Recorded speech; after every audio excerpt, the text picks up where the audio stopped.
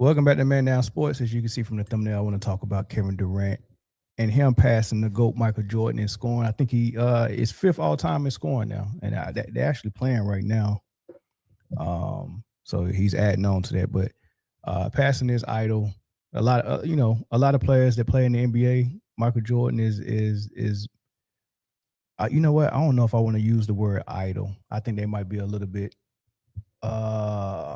maybe offensive to some people. You know, some people don't look at other men as idols. I know I don't. So I don't want to use that word, but you know, for lack of a better terms, what I'm trying to say is that passing Michael Jordan and scoring means a whole lot more to certain players. I know it meant a lot for Kobe Bryant, and maybe it didn't mean much for Dirk, but for Kobe and LeBron and now Kevin Durant, I think it meant a whole lot for them to actually pass Michael Jordan because that's who they looked at as a dominant scorer, the best scorer. Even though Kareem had the record, even though Karl Malone played more years than Michael Jordan, so he actually crept past Michael Jordan. I think Dirk might be past Mike too as well. But my point is, everyone looks at Mike, right?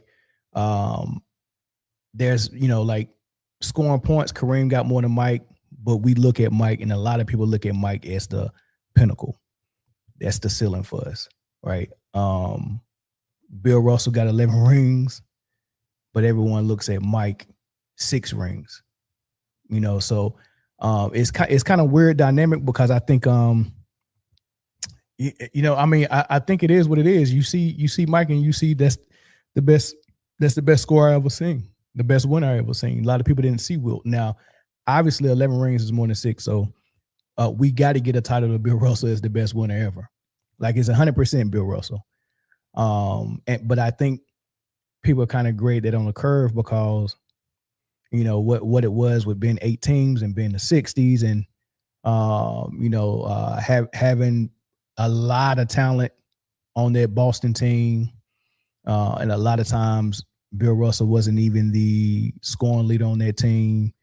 So it's a lot of things you can kind of look at, and I hate to say poo-poo it, but, because you can't poo-poo 11 rings, but some people look at that like, yeah, 11 rings, but I didn't see it, and it was so long ago, and I think the conditions that they was playing in may have been very favorable for a team like Boston with what they had. But in modern era, in the modern day basketball,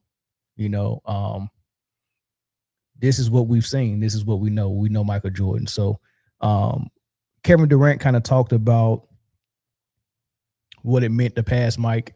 He did his boardroom podcast. I want to say it was probably the game, a couple of days before the game that he actually passed him, and they talked about what it's going to mean and all of that stuff. And he said a lot of things that I kind of wanted to point out on the show. I don't think he has an equal in any industry. I don't think MJ has an equal in any sport. It's a mile, seriously, because you still feel good to play, but you also know that it's just 20 years in, and the expectancy is I don't have much time left. I don't think it takes away from what I'm doing now and to look at it, but it's just like I just can't get it back. Yeah, and then you don't really play the game to accomplish things like that. Everybody's talking about Mike every day, all day. I feel like I watched MJ more as a 30-year-old than I did growing up. MJ is just bigger than the game. No matter who passes him in stats, is bigger than the stats with MJ. Passing guys is just always cool to be in that same conversation as them. Yeah, it does. That jumps out the most. I don't think you'll hear that about Brady, though. Never loved the ones like it. The whole world loves the ones. That's what I took mostly from a lot of these greats that I've been able to watch, play against, play with. Only Magic, Bird, did stuff like that. I've accepted that I'll never be able to fill that space up. That was what drives me. That's what wakes me up every morning is the routine, is the love for the game, simply just the love for the game. Always talking about Mike every day, all day. Passing Michael Jordan, there's records that you've broken. There's records that you've seen other players break. And again, Mike is 5th all time, right? It's not like you're becoming the leading scorer, but it means something to everybody. It just reverberates. That's why we're doing this. As somebody that grew up, obviously, idolizing Michael Jordan, is it different, this feeling? Yeah, like you said, he's not the leader, in points, but his imprint, his impact on the game is so big that it's always historical, even coming close to what he's done on the basketball court in any type of form. So to be close in points, it's a true honor. I mean, it's a test to longevity and loving the game, the stuff that MJ portrayed every day. And that's usually what gets you into these places, is when you work on your craft religiously and love the game. So that's what I took mostly from a lot of these greats that I've been able to watch, play against, play with, just how much they love the game. So with Kevin Durant saying that, and they mentioned a couple of things that I already mentioned. Yes, passing Mike is a milestone for a lot of players, especially people who view Michael Jordan as the best scorer they ever seen. And I think a lot of people view him as that, regardless of what's going on at the top with Malone, Kareem, LeBron, Dirk, Kobe. You know, I think when we talk about scoring, I think the guys we think about are the Kobes and the Michael Jordans. You know, those are the guys we think about. No, those guys had complete games. Those guys could score in a phone booth. They could score on the break. They can score on the post. They can score with the ball, making their move with the ball. They can do things without the ball to get open and get shots. And you know, they do things with minimal dribble, and you know, they mastered scoring. Yes, Kareem had the record. Yes, he was number one. You can even say Kareem mastered scoring for a big man, right? You get the ball in the post, Kareem can make you pay, you know. But Kareem couldn't do it on the perimeter with the ball.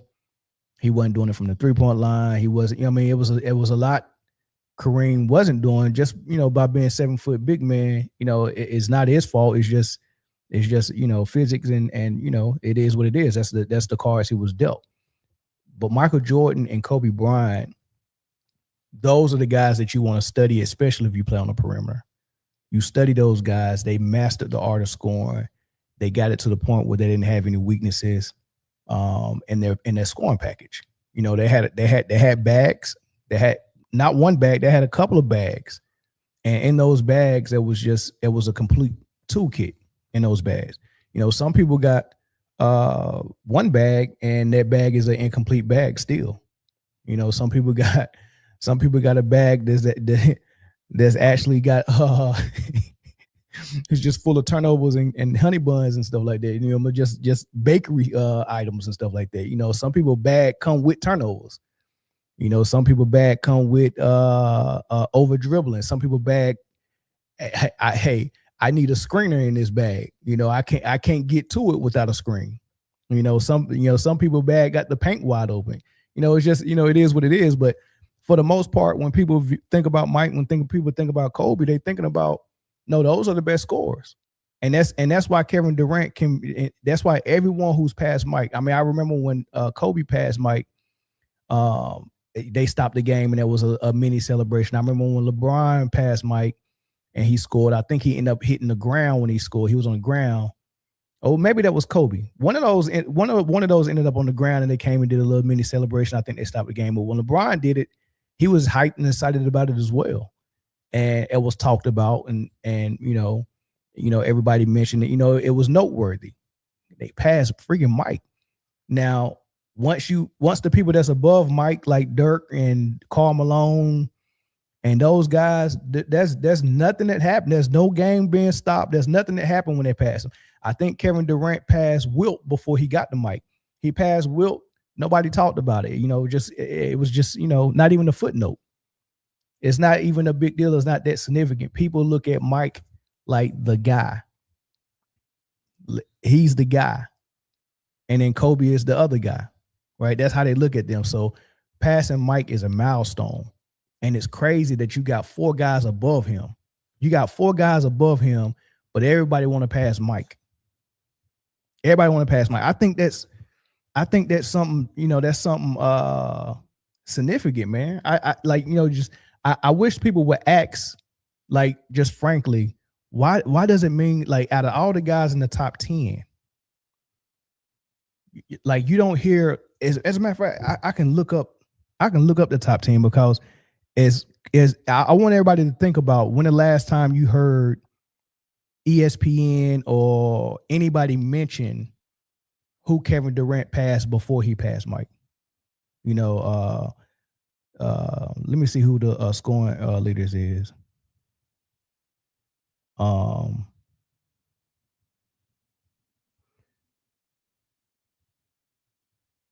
Because I think I'm just trying to think if I remember any of this. Do I remember them mentioning any of these other guys? Let me see this list. Come on, man.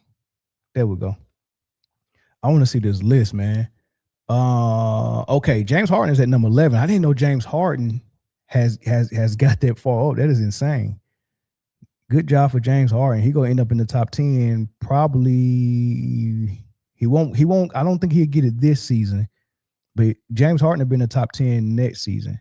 All right, so you got Moses Malone, if you include an ABA and NBA. You got Moses Malone, Dr. J, Wilt at number 8. So on the way up, and they're at 20. They're at 29.5 for Moses and 30,000 for Dr. J and 31,000 for Wilt.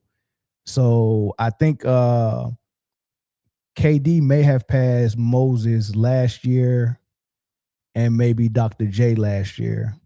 And then he passed Wilt and Dirk this year and Michael Jordan this year. Now he's number 5 right behind Kobe.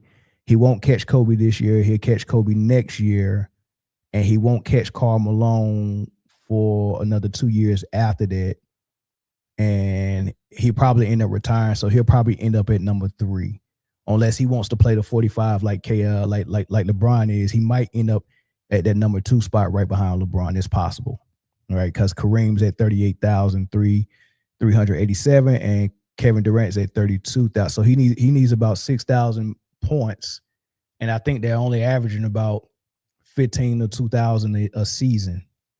So he got to play 3-4 more seasons to get Kareem. So what I'm trying to say is, if you look at that top 10, Moses Malone, Dr. J, Wilt, and Dirk, do you remember any announcement when Kevin Durant passed those guys? And I could be wrong.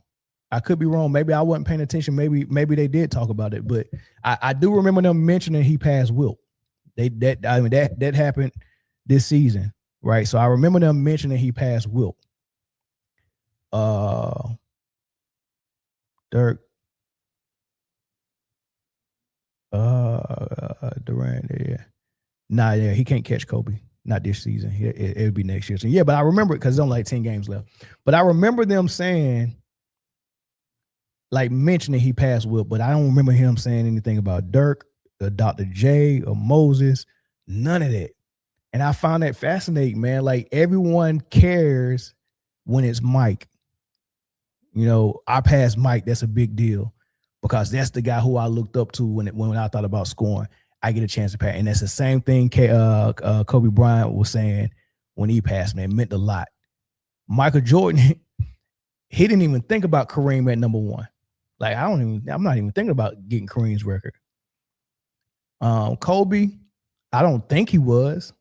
I didn't see him make a effort to go get number 1. I think the only person that I can remember in recent years who wanted the number 1 record, I think quietly, Karl Malone wanted it. That's why he kept playing and kept playing. Karl Malone knew what he could have got, and he tried it. He got close. He got the number 2, but he had to retire. He ended up only about 2,000 points behind Kareem. Karl Malone could have got that record. He tried. He was putting in the effort. That's why he kept playing, and that's why I'm gonna leave Utah and go to LA and try over there. And if he wouldn't got injured with that knee injury in LA, I think he would have played a couple of more seasons. I think he could have got the record, but I don't think he wanted to continue with the grind after he had the knee injury. Stockton, when he was done with Utah, he was like, "I'm done. I'm not gonna keep trying. I'm out. Utah is my squad." But Karl Malone had something to play for, right? So I think he wanted that record. I know Emmitt Smith wanted it. That's why he kept playing and going to different teams. Like most teams that had successful, or most players that had successful careers with teams, and that was their whole career. Most of the time when it's done, when they can't do it the way they used to do it anymore, they go ahead and retire. But Emmett was close to the record. And he was like, I want the record. I want the touchdown record. So instead of me retiring out of Dallas, they're not going to re-sign me. I'm going to re-sign with anybody. You know, what would make Emmitt Smith go to Arizona and play knowing Arizona has no chance at the playoffs? But Emmitt Smith was like, I'm not playing for freaking rings right now. I already got 2. What he had 2 or 3 with the Cowboys. I got 3 rings. I'm not trying to. Yeah, I'm cool. I don't need no more rings. I need that record before I retire, though. Right. So Emmitt Smith was purposely going for the record. Karl Malone was as well. And I think LeBron James was as well. Those are the only 3 guys I can remember in recent history going for the record. Yeah, you know, everyone else, I think Stockton might have the record in assists. He wasn't trying to get it. Honestly, I think Kareem. Oh, did Kareem want that record?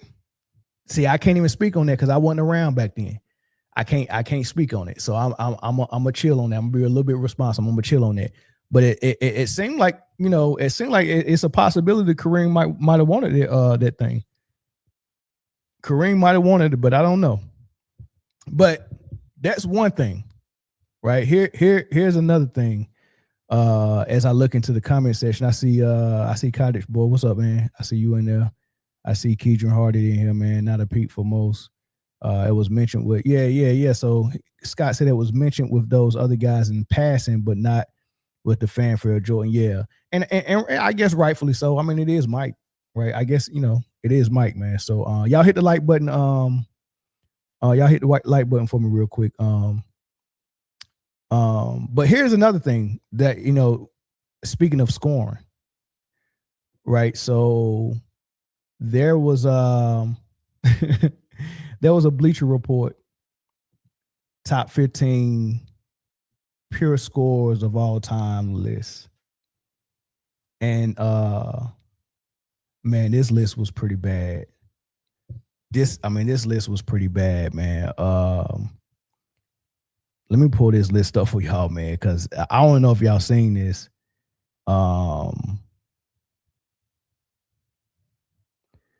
Man, top 15 pure scores in NBA history by Bleacher Report. And the list was insane. All right, first and foremost, they had Steph Curry as the number 1 most pure scorer of all time. And I think it's important when you start using words like that,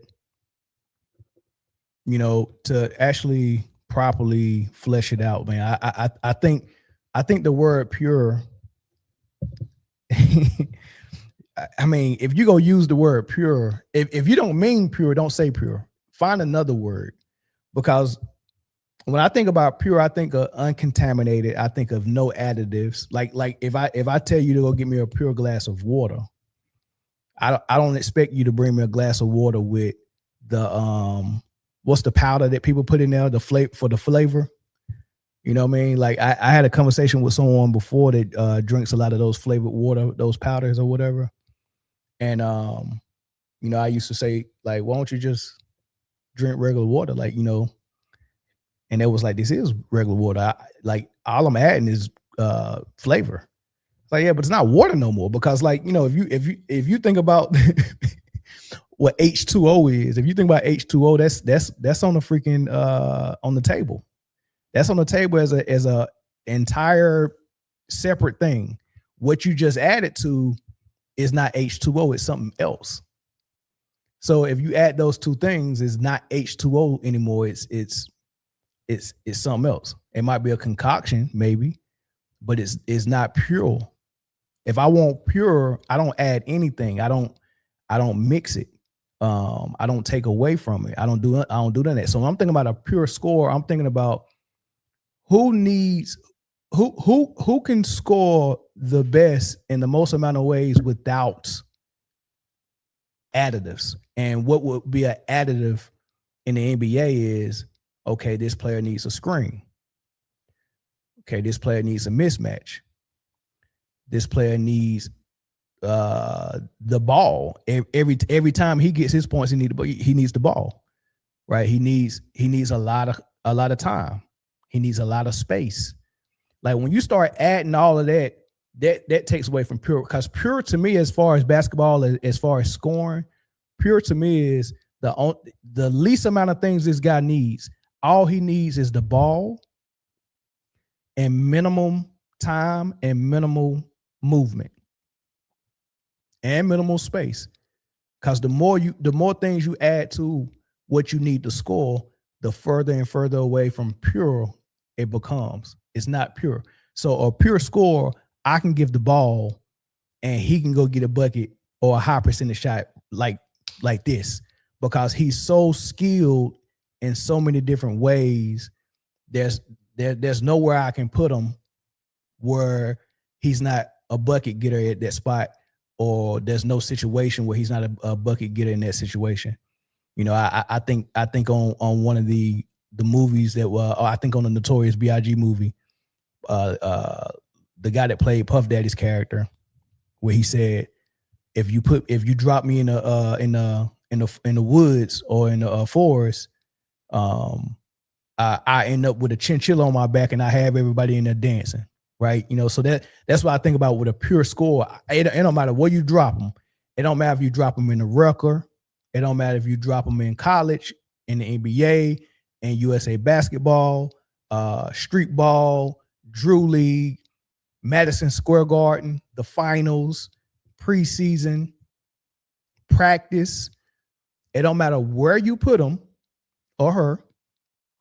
It don't matter what situation you put him in or her with the ball. Hey, look, you got a point guard. I still need you to get 30. You're not going to have the ball, though. Can you do it? Yeah.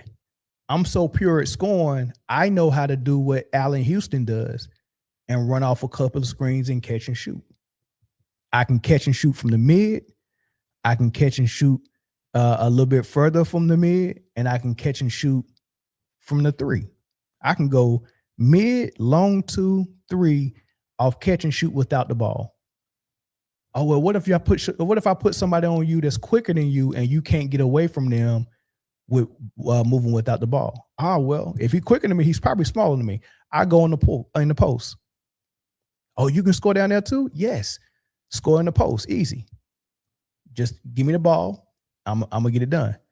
All right, well, what if I put somebody on you that's your size, you can't post them up, and they also as quick as you? What you gonna do? Well, you know what? Give me the ball. Get out my way. I make it happen. Pure score. I can get to the hole. I can get to the midi. I can get to the long 2. I can get to the free throw line. I can do it from 3. I can do it on fast break. I can do it in the post. I can do it without the ball, with the ball, and it's pure. I don't need all this other stuff. There's some people out there that say, okay, in order for me to get my 25 or 30, I need this particular type of offense. I need a spread out floor. I need shooters all around me. I need the ball in my hand. I need a screen. Like when you watch Luka play, he don't operate that much without a screen. But I think Luka is an unbelievable scorer. He's a pure scorer. He plays like that, but I don't think he has to. The only thing he needs those screens for is because it gives him options. I guess it makes him a little bit more dangerous. They give him options to make the pass, make the play with a pass, or make the play with his one-on-one skills. That's why I think Luka is too good of a scorer to have to use high screen and roll every time he comes down. But he's also a guy who's not going to blow by you pretty easily. So one-on-one, he's got the one-on-one skill set, but he don't have the dominance with his physical prowess when it comes to quickness or speed or agility, right? So he uses the screen because, like, somebody like Iverson, once he get the ball on the wing, if it's one-on-one, you're not going to out-quick him. And then when he changed directions with the crossover and he gets you rocking one way, once he get that, you're done. He's going to blow by you. With Luka, he can't do that. So how, Iverson will get you in front of him and he'll play with the ball. And once he gets you going that way and come back with the crossover, change directions, that's how he gets you on his hip. Once he gets you on his hip, you're at his disposal. LeBron James is quick, fast, and big. So when he blow by you, he don't have to go around you. He can go through you and be quicker than you at the same time, because when you reach and you hit his arm, he's not affected by it. He's just still going through there like a running back. Right? So he's quick and fast and jumps high, and he's tall. So all he got to do is go straight down, straight line. Boom, just blow by you. I really don't need to screen, but he uses one every single time, because that's how he activate his superpower of, hey, I can get all the way to the hole and I can pass at any spot on this court. Right? So what I'm describing with Luka and LeBron, in Luka's case, just evaluating him, yeah, he looks like a pure scorer, but it's easier for him using the screen because he don't have a quick or speed advantage over most players. So he's going to need that screen. LeBron don't need the screen to blow by you, but he needs the space.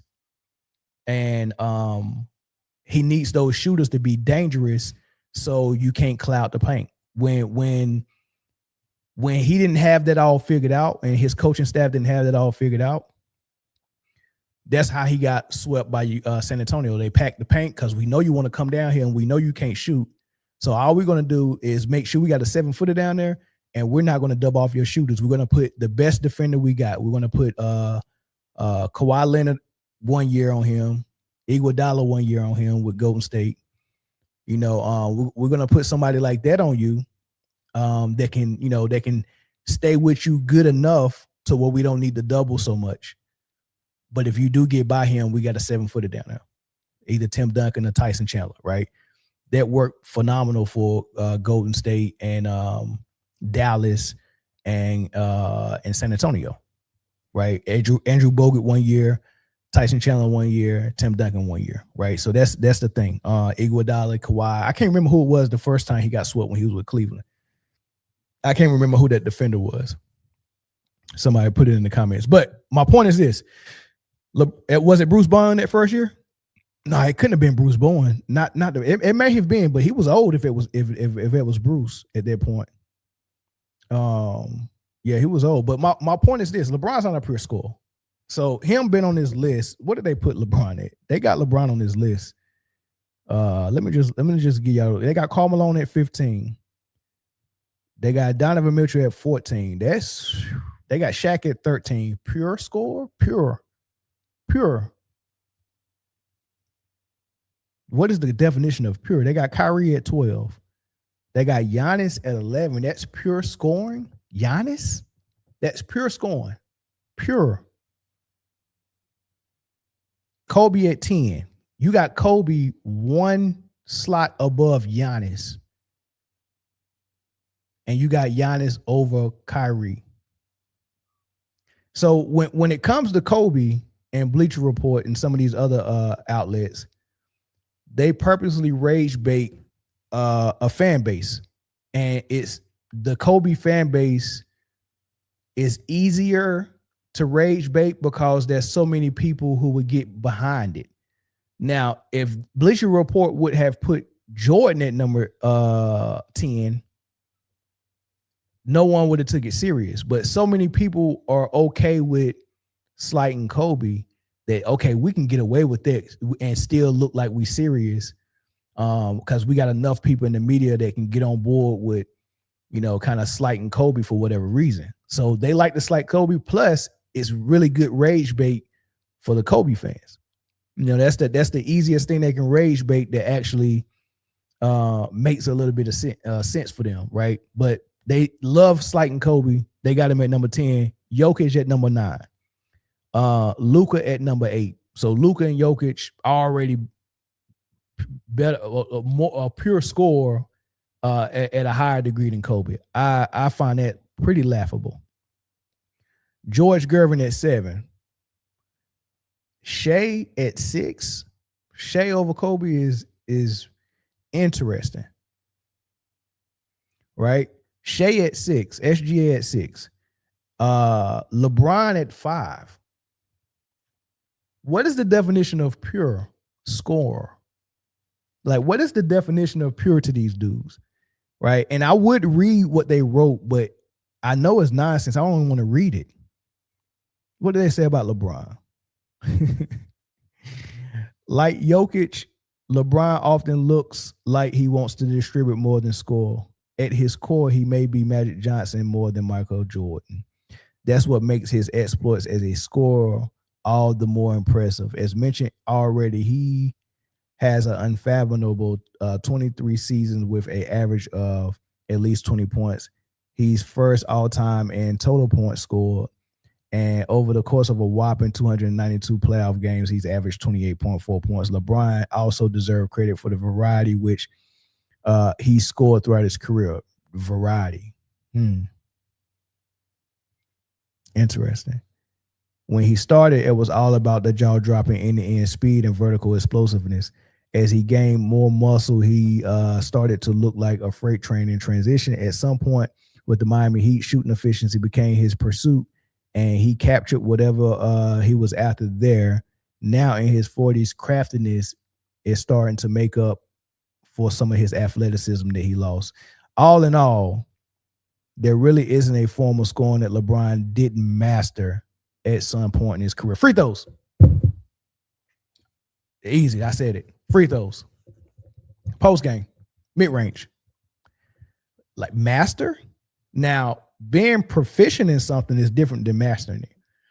Right? You know, I can start trying to learn Spanish right now. And I can probably get proficient at it. But to say I mastered it, like, honestly, if I just not start doing Spanish now, do you think when you compare me to someone who was born in Mexico speaking Spanish and then went to school to teach Spanish and they know how to write it, read it, speak it properly, know how to speak colloquial language, street language, or whatever Ebonics is, like, you know it in and out. That's what you call mastering something. If I start learning Spanish right now, when do you think I'll be able to master it? Now, if you see me out there speaking Spanish to someone and be like, man, oh man, dang, he speaks Spanish, he sounds good. You just can't come out and say I mastered it. Mastering it means something else. Like, for you to master it is a whole nother level. So to say LeBron mastered something that he just showed proficiency in, every now and then LeBron can hit the mid-range. Every now and then LeBron might get hot and hit 4 threes in one game. But to say that, like, we know Steph Curry mastered the three-point shooting, are you willing to say LeBron mastered three-point shooting? Because if the standard of master is Steph Curry, Dale Curry, Glenn Rice, Reggie Miller, Klay Thompson, Kyle Korver, if that's what mastery level is, are we willing to say that LeBron is there? This is the delusion that these guys got. He mastered every way of scoring, and we know he can't shoot free throws and don't even want to go to the line in the fourth quarter. We know he didn't master free throws. We know he didn't master the three-point line. Master is the highest level you can get at. So it's very easy to measure that in free throws. Yeah. Master level is 90 and above. That's mastery. That's the master level. Right? Even when you master three-point shooting, you can't measure that in percentages, because the reason why you can measure free throws in percentages is because everyone has the same level and same degree of difficulty. We all stand at the same spot on the free throw line with the same amount of time to shoot it with no defense. There's no defense upon us when we're shooting free throws. So you can measure who's good and who's not good at free throw shooting by just the percentages, and that's it. Now, when you go to three-point shooting, you just can't use percentages to measure who's great, who's good, who's average, who's below average, because there are really good three-point shooters who in their offense, like with Steph Curry. Steph Curry might he might have a lower 3-point shooting percentage than Steve Kerr, his coach. I think Steve Kerr retired with a greater percentage than Steph Curry. But with Steve Kerr, all of his threes, I ain't gonna say all, most of his threes were wide open because his job was to be over there, space the floor, and when a double come, we kick out Steve Kerr, you get an open three. You got Scotty, you got Michael Jordan, and maybe Luke Longley in the post, maybe Tony Kukoc in the post. You got so many people who might draw a double team, and a guy like Steve Kerr might get open for a three. So all of your threes, or most of your threes, are open threes. There's nobody that is putting their best defender on Steve Kerr to stop him. Steve Kerr does not have the job of running around screens all day long with the best defender on him, taking all the physicality. The game plan is to stop him. The offense is bouncing off of him and his gravity. The entire offense is on his shoulder. He's taking 10 threes a game, not 2, not 3. You get what I'm saying? When you take Steph Curry's percentage from 3, he's shooting way more difficult threes against way more difficult defense, tougher situations. It's just different. So you just can't take Steve Kerr's percentage from 3 and Steph's percentage from 3 and tell me which one is the better or the greater shooter. Just like you can't take the percentages from 3 from Larry Bird. The same degree of difficulty Steph had, Larry Bird had, and probably tenfold. So I'm not taking those percentages to tell me which one is a master level. I think Larry Bird mastered the 3-point shooting as well. His percentages will say he didn't master it because his percentages was probably just slightly above average. But Larry Bird was a great 3-point shooter, right? So my point is this. How you gonna say that LeBron mastered everything when it comes to scoring when he didn't master the post game, he didn't master the mid-range, he didn't master the 3, he didn't master the free throw line? Like, he's not a master at those things. Like this is insane. So LeBron at 4. Oh no, LeBron at 5. Joel Embiid at 4. Dang, wow. Just Joel Embiid at 4. Michael Jordan at 3.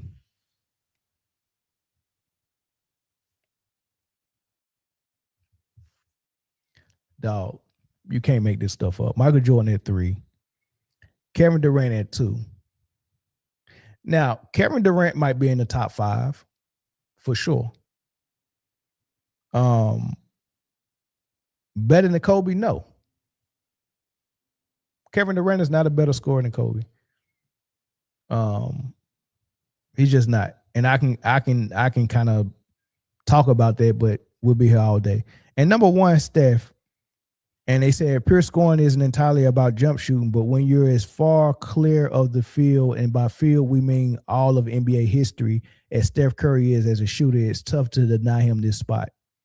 So they basically saying Steph Curry is the purest scorer in NBA history, and they're basing it on how far above every shooter he is as a shooter. And I really don't think he's far above every shooter. And I really don't think he's honestly the number 1 shooter I've ever seen. I really do think Mark Price needs a lot more love. Now, when it comes to superstars that play as many minutes as Steph, who also is the number 1 for their team, he might be the best shooter out of all those guys. Mark Price spent some time as the number 1 in Cleveland. But then again, maybe Brad Daugherty was the number 1, as a center, as a 7-footer, and playing through the post in the 90s. So maybe not, you know what I mean? But yeah, Mark Price was a great shooter, and Dale Curry, Steph's dad, was a great shooter as well. And I really like Dale Ellis as well. I mean, there's so many great shooters, man. It's insane to just a consensus give it to Steph. I don't want to disrespect all the other shooters that kind of influence him, man. Reggie, I mean, it's a lot. But let's say he is the best shooter of all time far above the field is a stretch, because those guys I named, if they're not tied with Steph Curry or better than Steph Curry as a shooter, they sure is not way away from them, and he's far above them in the field. That's not a realistic statement. So the whole Bleacher Report list is bogus. It's seriously bogus, man. You just can't take this stuff serious. You just got to remember, part of why they even put stuff out like that every year. They got to get engagement. No one wants to put out a list that nobody talks about. So rule number one in Fight Club, or rule number one in sports politics, sports social media, or sports media. Rule number one: if you put a list out, find someone with a big enough fan base to slight for more engagement and more talk. Because I guarantee you, with this Bleacher Report top 15 pure scores, I want you to go through YouTube and see how many podcasts or radio stations that have YouTube channels, and then maybe even ESPN. I just want you to count how many people spoke about this list. Right. And the more people that speak about it, now you got to Google it, because people is like, what? They got who at number? And you Google it, and now you go to the website, and that's foot traffic. That's engagement. People is talking about it. Bleacher Report, Bleacher Report, Bleacher Report. And, that's the game. That's the content game all of a sudden. Rage bait people. It works. Slight someone with a huge fan base and sit back and watch it all play out. And that's what these lists is. It's just a big, huge rage bait. They got the names all over the place. There's no Kareem. There's no Wilt. They got big men on there, but it's Joel and Jokic. Forget Wilt, forget Kareem. I just find it very interesting. Jordan at 3, Bron at 5, Steph at 1, KD at 2, Kobe at what they had Kobe at 9, or maybe 6. They had him at 6. Yo, I just think that's very hilarious, man, in my opinion. Do y'all want the phone lines open? Do y'all want to keep going? I want to get into this Kobe and LeBron thing. Maybe I'll open the phone lines up for that. Because we had some conversation on Nightcap with Shannon Sharp, Ocho, Joe Johnson. They had a fan send in the question, and the question was basically, who you think would win in one-on-one in their prime, LeBron or Kobe? And it was interesting to hear them talk about that. This is what Shannon said. Or Kobe Bryant in his prime. First game is 2-11. Who do you got? Ball on the court, ball in the basket. Who's winning? And what's prime the score? Versus prime? I'm taking LeBron. Bigger, stronger. People don't realize how good LeBron was at playing defense those last couple of years in Cleveland and when he was in Miami. They look at him now, Joe, like he's in his late 30s and talk about, y'all remember the job that he did on D Rose was MVP. He flipped the series. And Tim Duncan, he flipped the series. They would go small and he would take Timmy. I'm taking LeBron. I know Kobe is a shot maker, but I'm taking Bron. Who you got, Joe? Hey, Joe, what you got, Joe? We talk about one-on-one. We ain't talk about team. That's what I'm talking about. I know individual skill, 1v1. What package you got? Can you get to your spot? Can you create space? Man, I'm going with Bean there, boy. I already knew you were going with Bean. I'm only going with Bean because he has more to offer offensively, especially in his prime. Well, one-on-one, Ocho, he gonna have to be able to get stops too. I think I'm talking about one-on-one, both in their prime. Man, both of them they were hell to deal with, both of them. And Bron had that turnaround. Y'all know, Bron get this spot. People don't realize how big LeBron is. This man got to stop talking about how big LeBron is. He got to stop saying stuff like that. People don't realize how stop saying that. And what turnaround are you talking about? He didn't perfect that. Kobe perfected that. LeBron didn't perfect that turnaround. Are you serious? I just think stopping him one-on-one, like with his mind made up, that's gonna be tough, bro. But hell, stopping Kobe with his mind made up. That ain't no easy feat either, man. It ain't no easy feat, Ocho. But I do think they both will be able to get stops on one another. I'm probably gonna lean more toward LeBron, honestly. And I'm a huge Kobe fan, like one of my idols growing up. But yeah. Bron got something. You got a lot of stuff you can't teach, bro. Strength, height. And he does everything with his left hand except shoot a basketball. That's also irrelevant. LeBron naturally left-handed, Ocho. Like this man talking about stuff that's just irrelevant. That's why I hate when football players be talking about this stuff, man. The three things that this man mentioned is, do people realize how big LeBron is? He uses his left hand with everything he does except shoot basketball. Well, sir, we're talking about shooting basketball.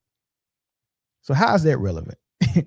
So he's so big, he uses his left hand to eat and wipe his own butt. You know what I mean? And then what was the other thing he mentioned? Oh, don't forget about that turnaround. Oh, and did you see when he guarded D Rose? Well, we're not talking about D Rose one-on-one with LeBron. We're talking about Kobe one-on-one with LeBron. Right? So tell me about the times when he guarded Kobe one-on-one, not when he guarded D Rose. D Rose couldn't shoot in Chicago. D Rose was 6'2" and had to get to the rim to make it happen. So it was easy for them to say, all right, I'm guarding somebody. He's quick, he's fast, he's strong, he can jump high. But guess what? He can't shoot it. The three, mid-range, the pull-up, none of that, I ain't even got to worry about. All I got to worry about is him getting to the rim and me at 6'8" meeting him there. I'm LeBron James. I'm fast, just like D Rose is. I don't know if he's faster or not, but let's say it's equal. But I'm 6'8" with long arms. So, and I'm strong, just like he's strong. So he's not going to bounce me off the path if I body him up. And then if we meet at the rim together, I'm there. So I don't understand what kind of brownie points he expected to get by saying, oh, did you see him guard D Rose? No, we're talking about Bing, not D Rose. Yeah. That would be a good one. Unfortunately, we'll never know. Yeah, I don't like the way people talk about that, and there's no pushback, because it's two football players and it's a basketball player who's thinking politically on the show. He's not coming out and like here's the thing with this, that fraternity of basketball and stuff like that.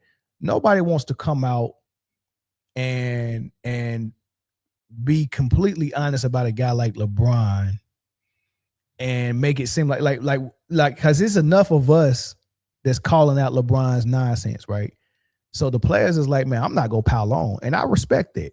I respect players is like, I'm not gonna pile on, man. So let me. If y'all go against LeBron, I might just go with LeBron, just because, you know what I mean. Or the best thing I could do is just not say nothing at all. But they're finding ways to say I'm not gonna pile on LeBron. I get it, Joe Johnson. I get it, but come on, dog. You know good and hell well LeBron is not a one-on-one player and Kobe is.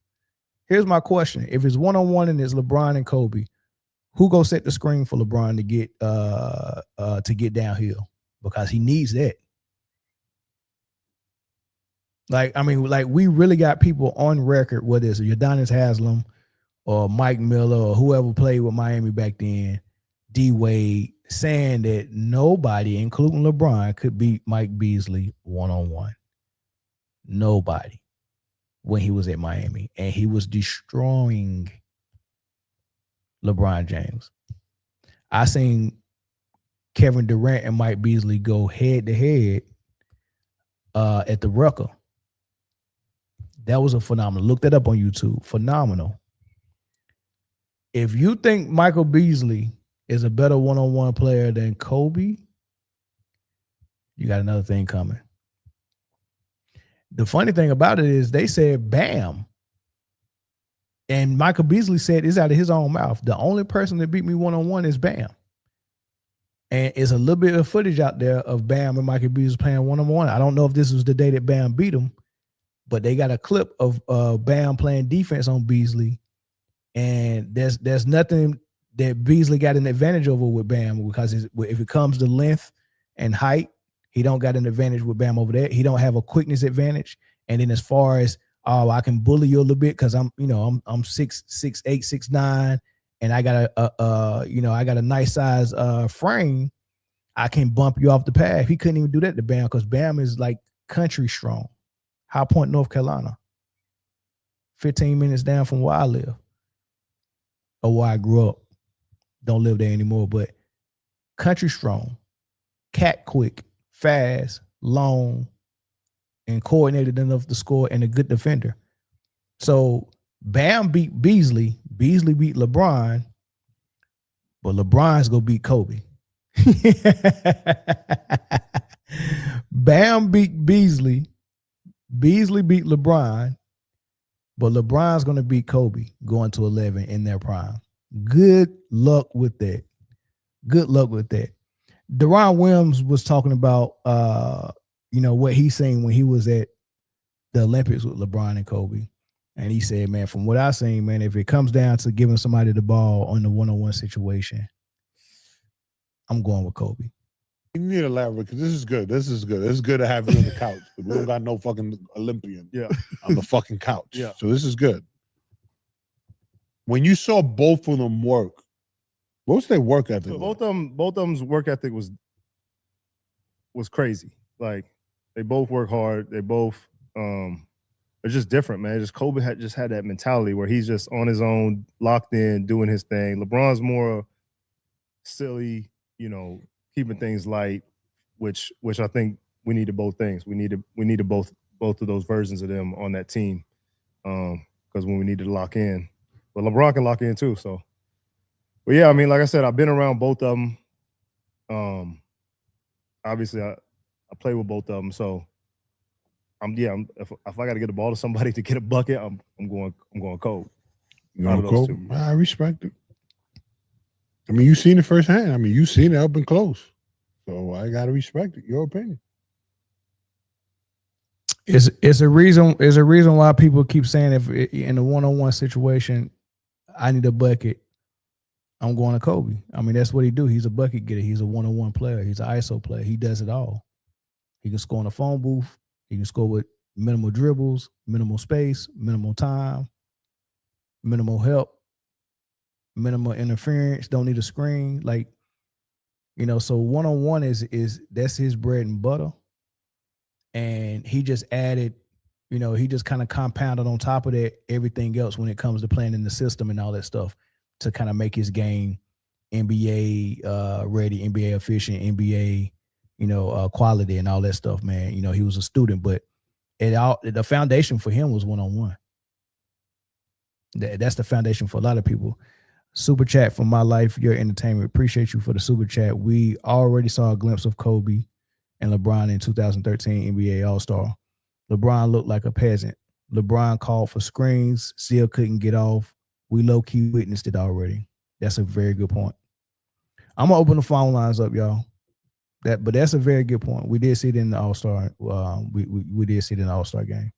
That's the closest we'll get to some one-on-one because they're not trying to really double like that in the All-Star game. So it was mano-a-mano. And LeBron looked pretty shook. You know what I mean? That Mamba, you shake that tree, a Mamba might fall out for sure. Phone lines are open, 442-288-9352. Call the number. We'll get you in, get your thoughts. He said LeBron looked like a peasant. Yeah, he did. He looked like something. He didn't look like the Mamba, that's for sure. Somebody said Houston blew a 13-point lead. I think they won that game though, with 2:45 left. I think they just won that though. They went into OT.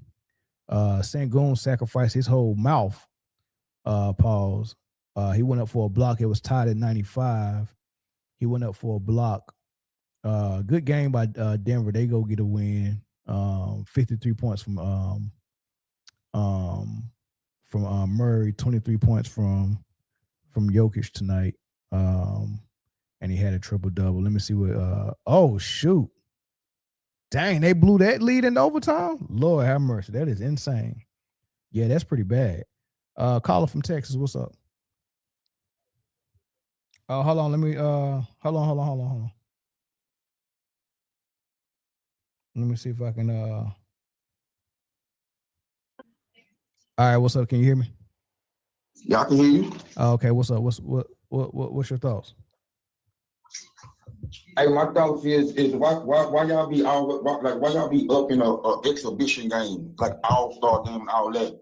When like why we don't talk about real games that matter? Why Kobe never did that to LeBron when they were playing when the Lakers was playing the Cavs? You don't think he did? LeBron used to destroy Kobe, bro. One-on-one. I'm saying when Kobe used to be on Braun, I mean you can bring the highlights up and put it on the screen. I seen the games. I seen one-on-one. I seen the game. You used to destroy Kobe, bro. So why y'all talking like right now like come on, bro? Like y'all that's all gas right there, bro. So you think LeBron's a better one-on-one player than Kobe? You saying in game? No, I'm saying is LeBron a better one-on-one player than Kobe? I ain't never seen either one of them play one-on-one. Like we okay. Well, I got to get you off the phone then. I mean, if that's your answer, you see him play one-on-one? Hey, well, if that's how we going with it, we got to see him play one-on-one. Did you see him play one-on-one? I've seen him in one-on-one situations in the game. Yeah. That's what I just said. That's what I said. When you talk about in game, you say it now. So yes, all right. So here's the question: do you think LeBron James is a better one-on-one player than Kobe Bryant? Not in game, no. All right, the case closed. How's that case closed? Y'all talking about one-on-one. We talking about one-on-one. We talking about one-on-one. Don't be disingenuous. Like if you want to give me off the phone so you can run your little. That's cool. Like I understand, bro. Like, but we talking about LeBron and Kobe. Like you stating what I can't remember who you just said. Who said or was it the dude that's the super chat? So why you not going out what JT said? JT say he remembers LeBron guarding Kobe and Kobe attempting to go at LeBron. That's what JT said, the dude that was there. Right. And you didn't see it, did you? So what? We going out here saying. Yeah. That's you doing the same thing. So basically on what you're saying, though, we both agree that Kobe is the better one-on-one player, correct? I said in game. Right. I mean, it's only one way they play one-on-one. It's gonna be in game. So when you pose this question, are you asking us who's the better in game one-on-one, or are you? The question was LeBron and Kobe one-on-one, who would win? And so that means. So do you think LeBron would win that? Yes. All right. Tell me why.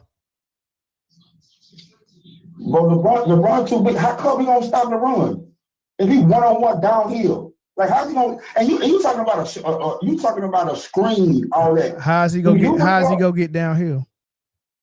Okay, well let me ask you, brother. Do you recall? No. How's LeBron gonna get downhill? I can't talk, bro. Well, I'm asking question. You said downhill. How is he gonna get downhill? Yeah, it's funny. How? Yeah, how does he get downhill in a real game? Bro, LeBron don't need a pick to go downhill, bro. Against a player like Kobe, he do. You've never seen LeBron go downhill without a screen? Against Kobe, no. What you mean? Hey, bro, I've seen LeBron wave screens off to keep Kobe on him. I ain't never seen that. That's what I'm saying, bro. That's what hey, look it up. It's 2007. The game that they played in LA. See, I can put out facts. I don't got to hearsay. Yeah. So here's the thing. Here's the thing. When Kobe picks you up 94 feet or near half court and he get in your hip pocket, I mean, I seen him do it to Kyrie. I seen him do it to Wade. I seen him do it to LeBron. It's a torture chamber, dog. It's a torture chamber. LeBron get by Kobe easily, bro. Yeah, so it's a torture chamber. It's a torture chamber, right? So when LeBron's got to deal with that, him getting downhill is not gonna be as easy as you think it is.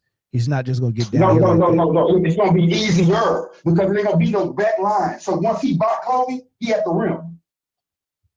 Kobe can't stop, bro. Yeah, I think what you're trying to explain is way easier said than done. It's way easier said than done. Touche, bro. The same thing with you.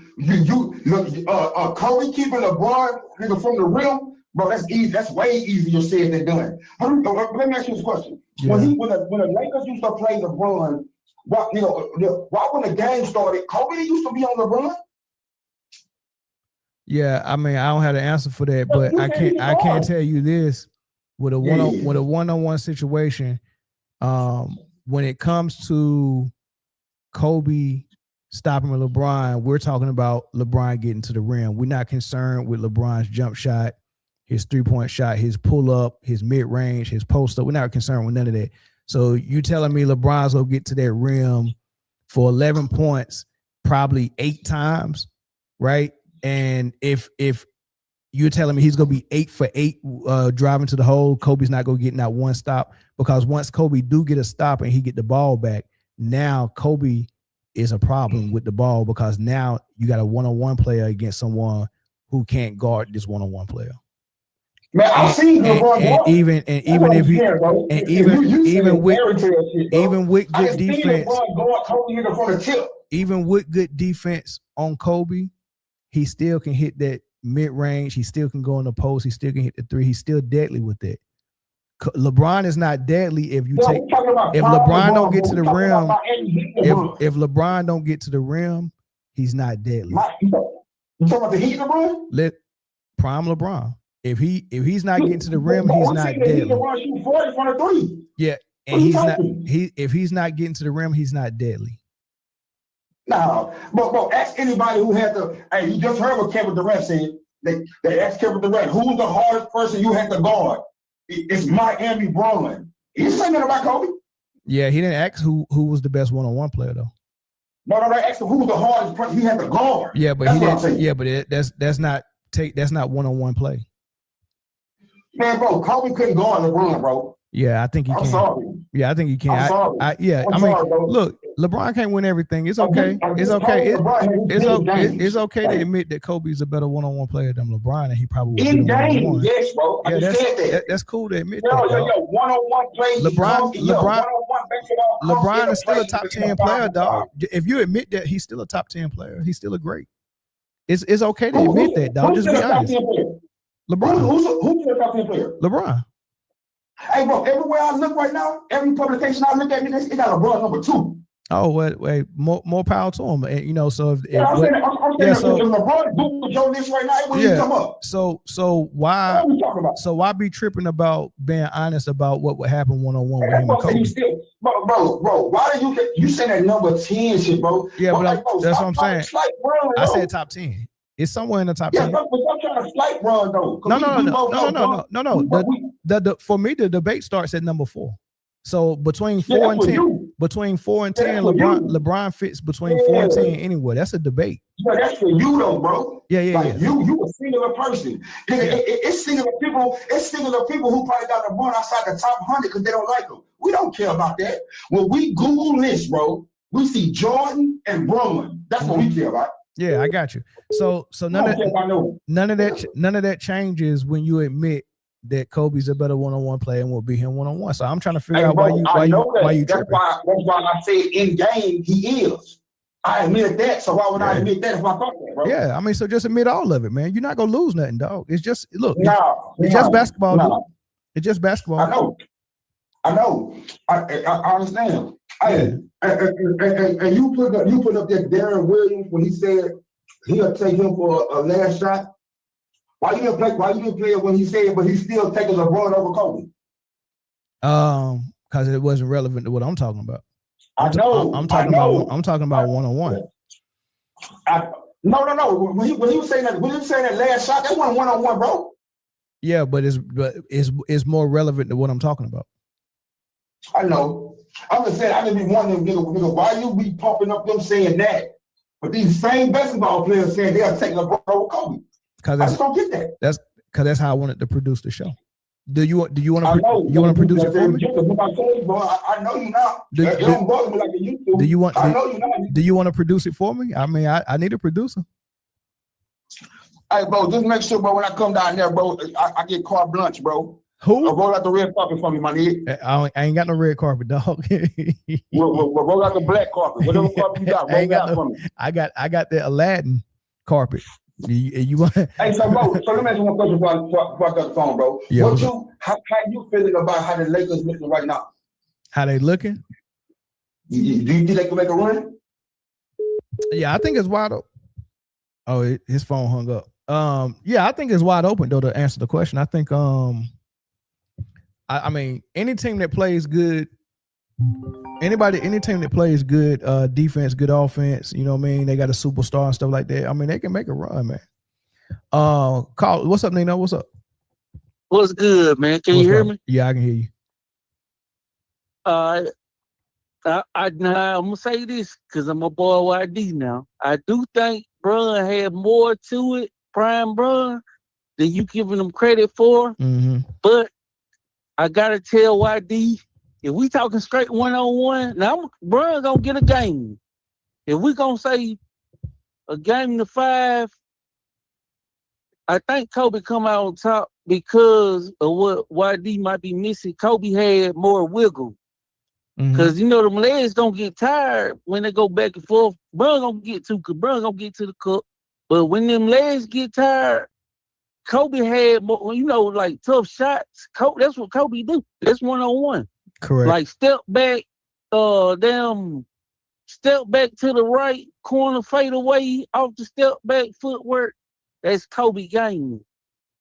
Well, I think make Bron the best 1-on-1 don't that ain't in 1-on-1. You know what I'm saying? Yeah, so yeah. I think YD might be missing the fact that Kobe is 1-on-1 shots. That's what Kobe do. Step back footwork. You got to deal with all that. When we deal 1-on-1, yeah, you got to deal with all that footwork. Correct. Step back. Correct. Pump fake. Shoot over the top of you. You know, it's gonna be rough. It's gonna be rough 1-on-1. No help. That take really the smartness out of it. That's straight you and him. I might gotta give it the bean on that. I gotta give it the bean. If we talking a series of 5, Bron gonna get a game. Now is he gonna get 2? I don't know. I mean, look. So listen. So we got to take the mythology out of it, man, and just go with the, you know, the solid, hard truth. Like LeBron don't even like 1-on-1. So let's start there. He don't like 1-on-1. He don't like it. They take his Chris away. Yeah. You know, he don't even believe it. He said it's not real basketball. So that's nothing that I like. He might be saying that because he can't be the king of it. You know, I know people like, oh man, if I can't be the best at it, then hey man, that junk whack. You know what I mean? He not the king of 1-on-1, so why would I even put stock in it? Because I'm putting stock in something that somebody like KD or Kyrie is king at. So I'm gonna just devalue it. 1-on-1 ain't even real basketball because I'm not the best at it. So we already know he ain't gonna be looking at it like, man, I'm about to go in here and kill. The way Kobe looked at 1-on-1 is like you hear people like Isaiah Ryder, and you know Brian Shaw, Byron Scott, those guys that say that as soon as Kobe came up as a 17-year-old at practice, he's always asking, play me 1-on-1, play me. Nick Van Exel, they all was like Kobe was the 1-on-1 guy. John Sally said Kobe would say, hey man, come play me 1-on-1 so I can get better at shooting over taller guys. Like that's what he did. Like in his spare time, come play me 1-on-1, let me destroy you.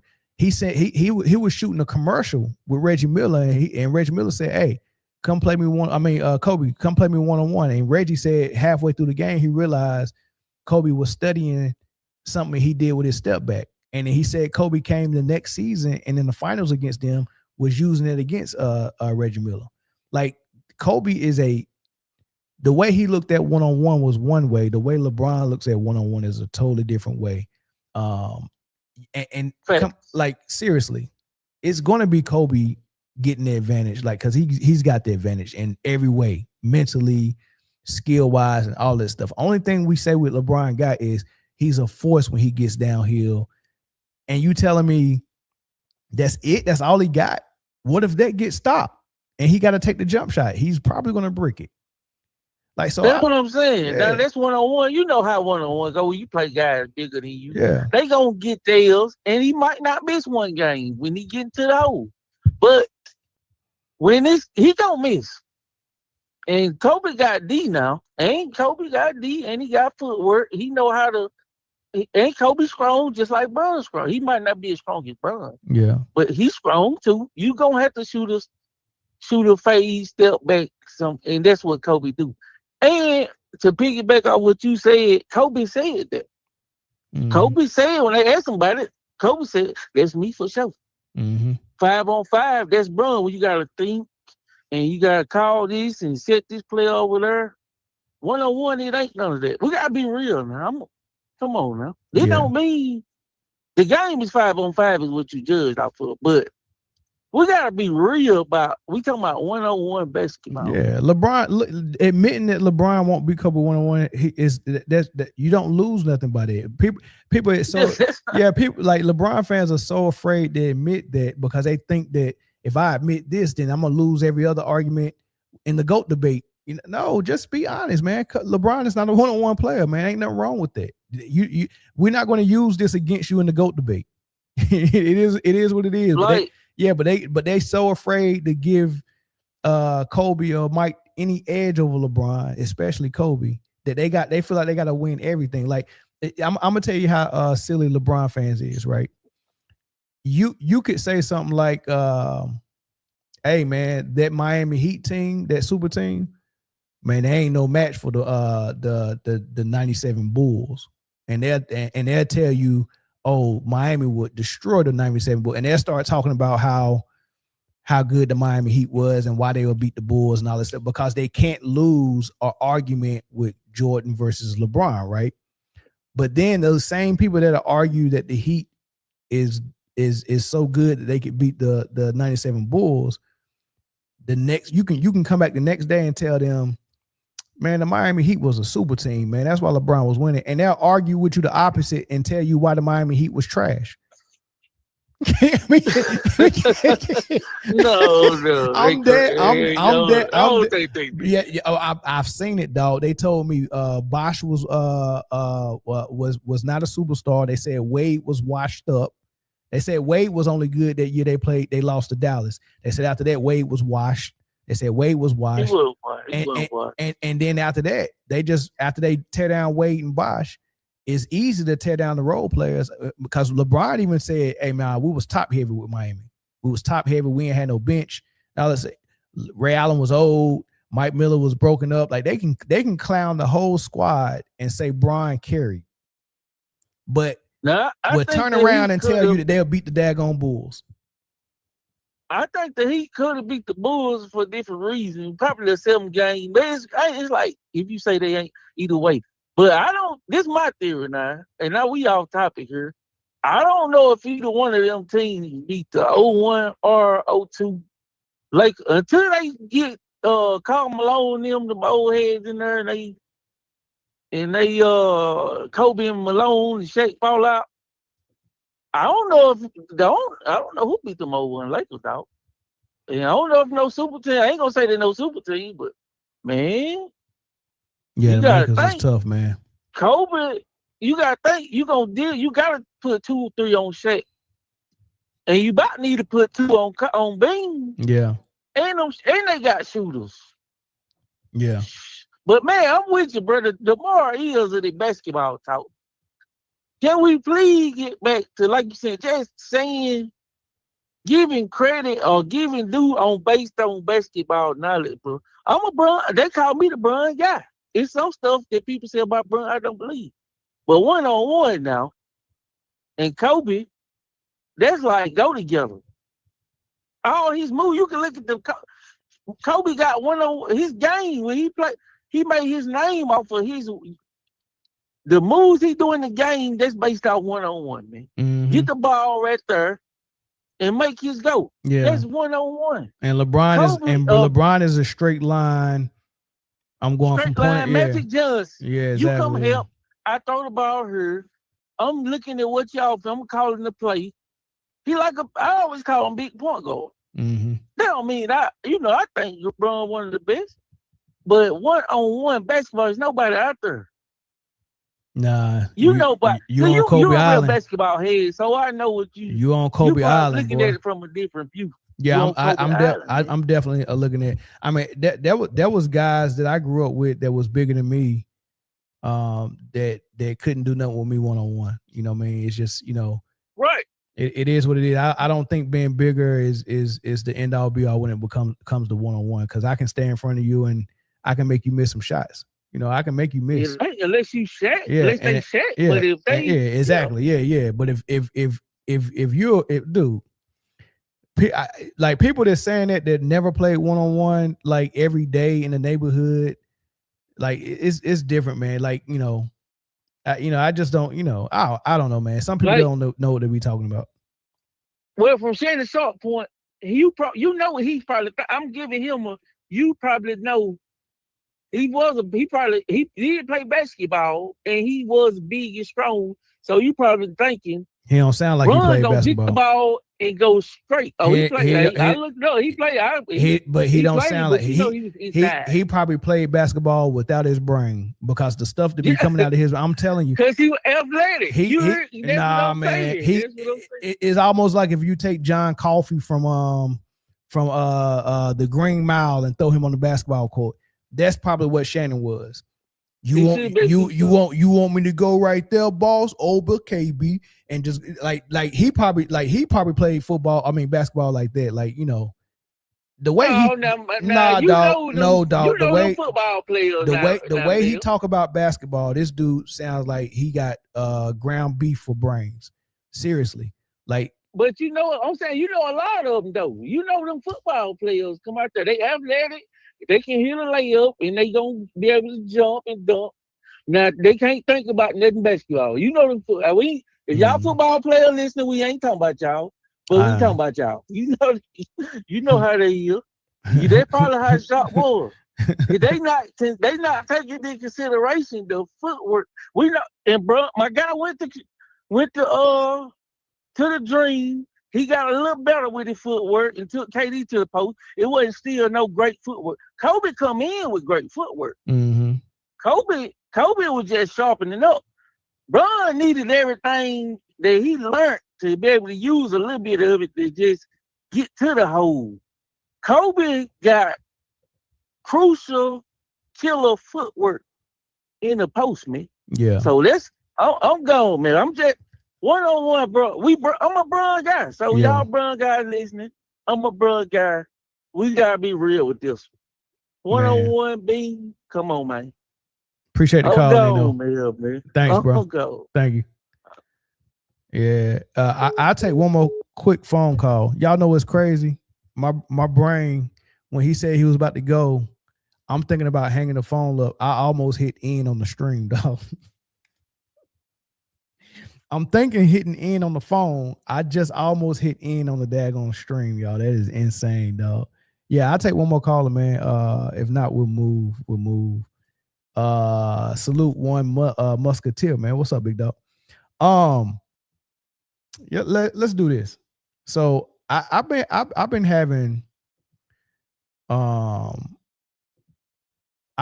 issues with what I see. Okay, all right. Let one more phone call. Good, man. Caller from Phoenix, man. What's good, man? What's good, bro? Man, I think, man, I don't know where you get these delusional fans from, man. But it ain't no way that LeBron, if you can't, he gonna beat Kobe in a 1-on-1 game. Now I do feel like your argument biased because you're picking the argument you can win. But you got to be a fool to go against you. You a chess player. But how LeBron even gonna get to the basket if he can't, you know what I'm saying, get past Kobe with his handle, and he need a screen just to get past guys. Yeah. I mean, you know what I'm saying? that sounds simple to me, man. But I guess they feel like that it is LeBron can just take off running. Like, like seriously, the way LeBron plays basketball and the way Giannis played basketball and the way Derrick Rose used to play basketball, they actually need to run full speed to get their shots off.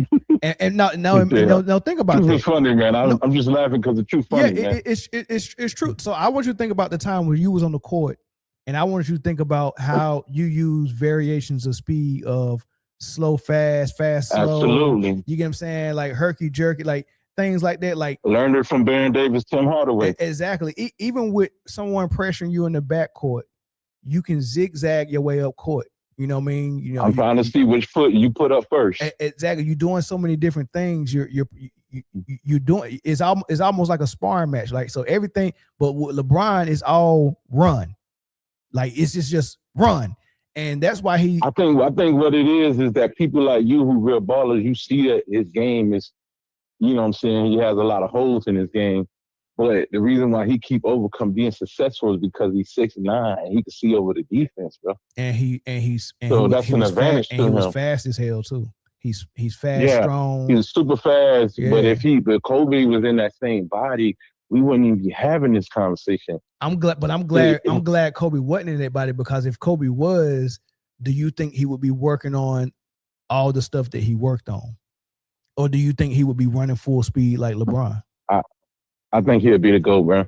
Yeah, he might. He might be. But I mean, but like, listen, it's hard to freaking, when you can run past everybody, it's hard to have to work on anything else though. Like, now I'm the 1%. Okay. Let me tell you this. Do you remember when, because we probably was in Carolina at that time when the Hornets had Al Jefferson and they played the Heat in the playoff. I loved it. Yeah, I love it. Okay, you remember what Bron said? Bron said, yo, man, we got to go. We got to get the ball and go. We got to push the ball up court, get in transition because Al Jefferson, he going to kill us in the half court. Mm-hmm. So LeBron know. Yeah. So he going to kill you in transition.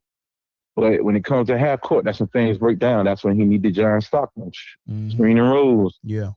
Yeah, well, inverted screens. He the original Mr. Inverted Screen. Yeah. Screener, yeah. Yeah, so, him and Giannis need that, man, because once you get that screen, he can run full speed and jump as high as he can to finish.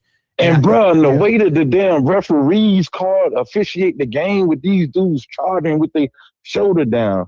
So we don't even know what kind of product we really looking at, what we getting. That's why so many confused fans. I'm more frustrated with the illegal screens in basketball now. And I'm about to talk about it. I'm about to talk about it now. I'm about to talk about it right now as soon as I get off the phone with you. I'm frustrated with these illegal screens, dog. Man, look, you got to keep it 100 though. Even though Curry is from Carolina, but they benefited the most from those illegal screens. Gotcha. Steph Curry, because you remember one of the last pivotal, moving screen calls was when KG was in the finals versus the Lakers. They were calling moving screen on Kevin Garnett, and that was one of the last times I seen that call, man. Mm-hmm. You know what I mean? But what do you? So you said, so you sound pretty much almost like me. Like, I don't have LeBron in my top.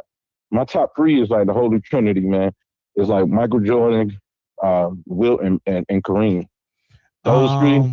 I'm close. I actually put it on screen. I actually got Mike, Kareem, and then Kobe. Wilt is my number 4. But see, and this is my thing with all the stuff that Wilt Chamberlain brings to the game. They didn't even quantify all his, what his impact, what he brought to the game. No, they didn't record his blocks. Yeah, they didn't record the steals and all of that stuff. So you got to think about, like, fuck, Wilt, go ahead. Like, you can put Wilt on the court and let him be trash on the scoreboard, but he affect the game so many other way, alter shots. Correct. You see how Larry Brown said about how he handled Magic Johnson and them in a game of 5-on-5 at UCLA. And when he told them they weren't going to score again, he didn't let them. He didn't let them score a basket. Yeah, that's insane. So that's insane. And you talking about Magic Johnson, arguably he top 5, arguably. Yeah. Yeah, So, yeah, I got. And then when you take a 34-year-old Wilt Chamberlain at 35, and then you take him against Kareem, who just was coming into his prime at 24, and he shut the man down, take his confidence when it really mattered. Because of course, man, he old, he 300 pounds, he old, he ain't about to chase the young buck around. Yeah. But when he needed to, he locked in, and it's just that certain people could take people games to another level, and I don't think, you know what I'm saying, Bill Russell and all those guys like really made Wilt really play up to it. They were trying to just get a check, man. Yeah, and Boston was cheating anyway, man. So it is what it is. But yeah, man. The owner, let me give you this though too, because you know me, like, I'm with Raw Sports Radio, but you could take this, bro. You know, I feel like, you know what I'm saying, like it's a conflict of interest when you got Walter Brown, who founded the NBA and then become the owner of the NBA. I mean, the owner of the Celtics. That's a conflict of interest to me. Yeah, I mean, you could say that. I'm with you on that, and that explains a lot. That explains a lot, man. Because I always wonder, like, man, how the heck did Red Auerbach get all these? You know, but nobody else really wanted to get the black athletes like that. I tell you, what you call it? Walter Brown, he owned the hockey team, and he was making hockey trades to get NBA players. Oh, that's funny. That's funny. That's crazy, bro. I'm gonna have to look into that, man. But I appreciate the call, though. What was your name again? All right, man. Yeah, this Super Dave from Raw Sports Radio. You remember that the Clown Galaxy universe? Yeah. The one he ran from. Yeah. Yeah. Hey, hold on. Galaxy. I remember him. How long did he ran from you? He ran from who? We had the debate set up. You was in the room, but he ran. How long? What was I? When this happened? You was on Max channel. Max.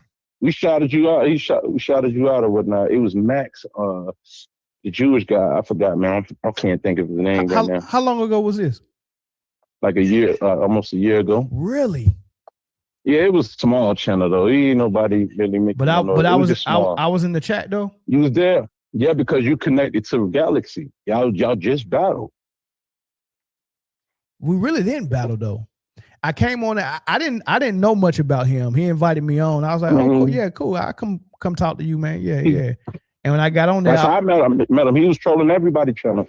Yeah. Now it was funny though when I came on there because he don't do live. He record and then he'll edit and then put it out.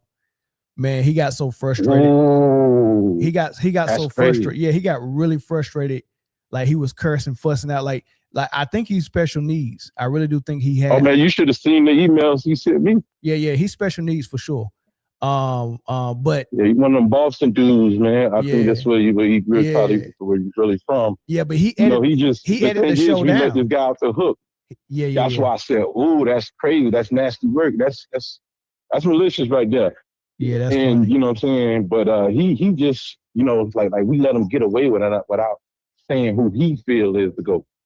You know what I'm saying? He's trying to say that nobody could be the GOAT because he's going to pull up the footage of Michael Jordan and he's going to hear Red Auerbach say the best players, the bigger and faster, the bigger, stronger player is going to always be the best player. Yeah, that's so funny. He's just going out there. He really don't know shit, man. Nah, he don't. He just trying to get people off technicality. Yeah. Word semantics stuff. Yeah. I think that's funny, man. But yeah, I appreciate you, man. I'm gonna move though. Thanks for the call. All right, appreciate it. Yeah, that Galaxy guy was funny, man. Dang, that's crazy. He remembered that because I had forgot all about that. All right, so let's move. So listen, I've been real annoyed with a lot of what how the game is played now, where it's at now. Yeah, and I mean, you can talk about so many things. You can talk about how they palm the ball. Like I still remember Allen Iverson. He had a little bit of a palm, not even a palm, but a little bit of his hand getting under the ball when he did his crossover. And they banned this crossover.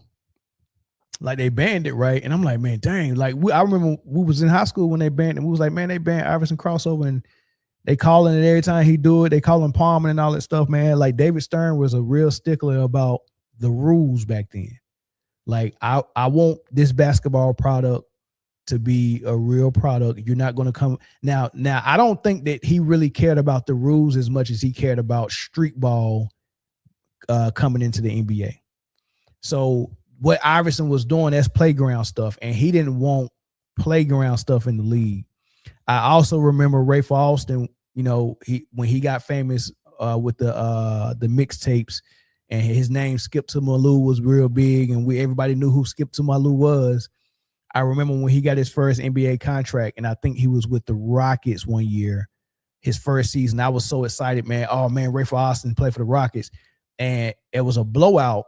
And Rafe Alston finally got in the game and doing a blowout, and they inbounced the ball, and he walked the ball up, going through his legs, and the crowd kind of stood up like because they thought that he was about to do something fancy, and all he was doing was walking and putting the ball through his legs. Right, as soon as he crossed half court and he got real low and crouching like he's about to do something to the defender, they called the travel. I've never seen that. You can Google it. I lie to you not. Google Rafe Alston travel in the NBA or something like that, and you'll see he just walked it. Like what you see players doing now is way worse than what he did. All he did was walk it up, and then when he got in a crouching, I guess they didn't. I don't know. What I think really happened though is I think David Stern sent the message out that we're not going to allow that street ball mess on our TV. You know, we're gonna lose our sponsors. The same reason why he didn't want them to dress a certain way. He didn't want them to wear long chains. He didn't want Kobe Bryant, Rasheed Wallace, or Allen Iverson to drop their rap albums because he didn't want their image. Like, people was real big about not supporting the NBA if it got too street. I don't know if it was the sponsors or the fans or both, but David Stearns he wasn't having it, right? We go from net to now we just allowing everything because it's a different mindset now. And I think from listening to Adam Silver talk, his goal was to have points go up. So when it comes to scoring, I want less advantages for the defense, more advantages for the offense. I'm going to allow this with what the way Golden State played. I'm going to allow moving screens now. I'm going to allow illegal screens. Everyone's doing high screen and roll, so I'm going to allow that, and it's driving up points. Like if you just fix the illegal screens, if you just fix that one thing, illegal screens in the NBA, I think points per game would drop probably 10 points. Just if you take away illegal screens, because most of the players that get downhill into the paint is using a legal screen. And once you get downhill in the paint, everything breaks and collapse. And now you got help defense in the paint and you can dish out for a three. If you just take away the illegal screens, 3-point shots will go down and points will go down. I lie to you not. So anyway, Rick Barry, and I've done a show on this before, maybe a year ago, 2 years ago. I'm going to do it again because maybe people are new to the channel and didn't see it. But Rick Barry was doing a interview, and they asked him about the state of the NBA, and he just went off about a lot of things. But I'm just going to play for you the part where he was showing his and verbalizing his disgust at how the referees or the league itself is allowing illegal screens. We're talking about the 75. Well, because you need to get the officials to call it by the rule book. Okay. Stop the traveling, stop the carrying the ball, stop the moving screens, call the damn game according to the rule book, because players will adjust. If you're going to allow them to get away with it, hell, of course I'll keep doing it. Call the game according to the rule book. It's such an advantage to let a guy carry the basketball or take an extra step. That's ridiculous. You know, or a guy to move on offense. I mean, what are you giving all this advantage to guys for? They're breaking the rules. Call the game according to the rule book. I charted the game a few years ago, Chicago, Atlanta. 59 moving screens weren't called. I'm gonna pause it there. He said he charted a game, which I don't know if he was just keeping the score or he was just charting certain metrics, right? But he said he followed that game, he charted it, and there were 59 illegal screens that were not called. 59. That's insane. I can't even tell you how many times they carried the ball, how many times they traveled with the ball. It's pathetic. I mean, for me to watch this game the way I was taught how to play the game and to watch this and what they allow to let go, it's an embarrassment. I'm sorry, it is. It's an incredible game. The athletes are incredible. What they can do is incredible, but they're getting away with murder. And I blame the officials. Call the damn game accordingly. And it's the same thing with screens. I mean, I'll give you a good lesson here. Okay. You hear even the coaches, when I'm hearing the coaches saying, well, he didn't set a very good screen. Trust me, guys, a player doesn't set a screen. Doesn't say when you have to set something, it implies that you need to do something. You have to set a screen. That's not your responsibility. Your responsibility as my teammate for Clifford Ray, let's say, is to learn to put yourself in the most advantageous position to allow me to take my man and run my man into him, thereby making him a screener. He's a stationary object. He only becomes a screener if I run my man into him. So if I do a crappy job of setting my man up and he's going to come over the screen, what does he think? Oh, I'm supposed to set a screen. So he moves a little bit to try to what? Set a screen. That's a violation. It's a moving screen. It's a foul. Officials don't call it unless you take a guy's head off. That's the problem with the pick and roll play. They don't run it properly. They don't understand it properly. And even the coaches are talking not intelligently about it. So he's right. All right. So let's first start with something he said. The screens are illegal. Most of them in the game are illegal. It's insane the way they're allowing these illegal screens, right? So let's just start there. He's right about that. Now, when he was describing how you supposed to set a screen, he was like, first and foremost, the word set is like you already on the wrong foot, because the screener is not the one setting the screen. The screener just stands there. It's the job of the ball handler to position himself, and the way they taught us is when we pass the screener dribbling the ball, they wanted us to get low, right, going around the screener, and you almost pretty much got to touch them. So if this guy's setting the screen and I'm dribbling by him, I don't want any space between my shoulder and his when I go by him.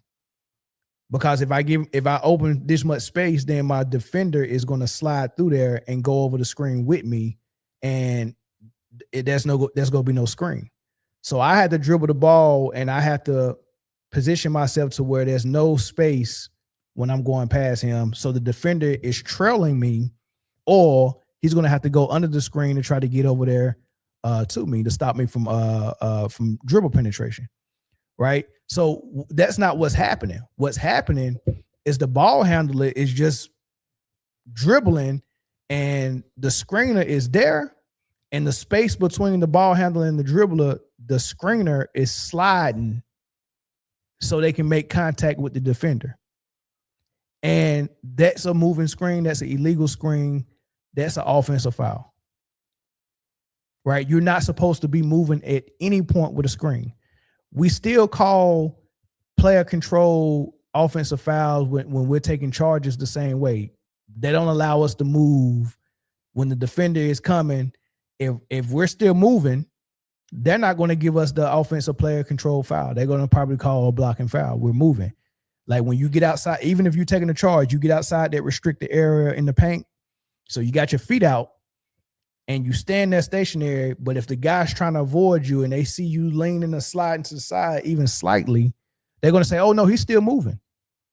That's a defensive foul. That's blocking. But with setting screens, they're just allowing you to move. Like you can put your butt on them. You can open like you're supposed to be like in a phone booth. The way they taught us, if you want to protect your midsection, because if they're running full speed and they hit you in your chest, it's gonna hurt. So our dudes was doing this. You see this in the NBA a lot. They'll do this to set the screen. They'll do this to cover up. But putting your elbows out here or putting your leg out, you can't do none of that. Everything got to stay within this framework right here. So this is a no. You can't set a screen like this if the dude getting by you and you be like, all right, he about to avoid me. I'm not gonna hit him. So you chicken wing him No, you can't set a screen like that. I'm gonna show y'all how bad these screens are. Right? I'm about to show y'all how bad these screens are, man. Now, here's Jokic and the Denver Nuggets and Jamal Murray. If you see Jokic right there, get the ball right there at the nail, right? And you can see Jamal Murray is about to come on the wheel and get a dribble handoff. And Jokic has to get a piece of this man that's defending Murray on this screen. Now, he's going to move, and I hate that they're not calling this and they're allowing people to do this. So here's the dribble handoff coming. Now, Jokic is already not set. He's already not set. So to get a piece of this defender, you see him slightly move over, and now the defender got to move around to avoid him. Jokic just slightly made himself wider by sliding to the right. Right now, he didn't get a piece of the defender avoided him, but look at the advantage that Murray got by coming over there. Now, if Jokic set that screen properly, the defender would be a little bit closer to Murray right now. But that slight move to the right, they're allowing it, right? They're allowing it. Now, the way he's supposed to do what he just did, he's going to do it right here. Now, this is where he did it the right way. Watch.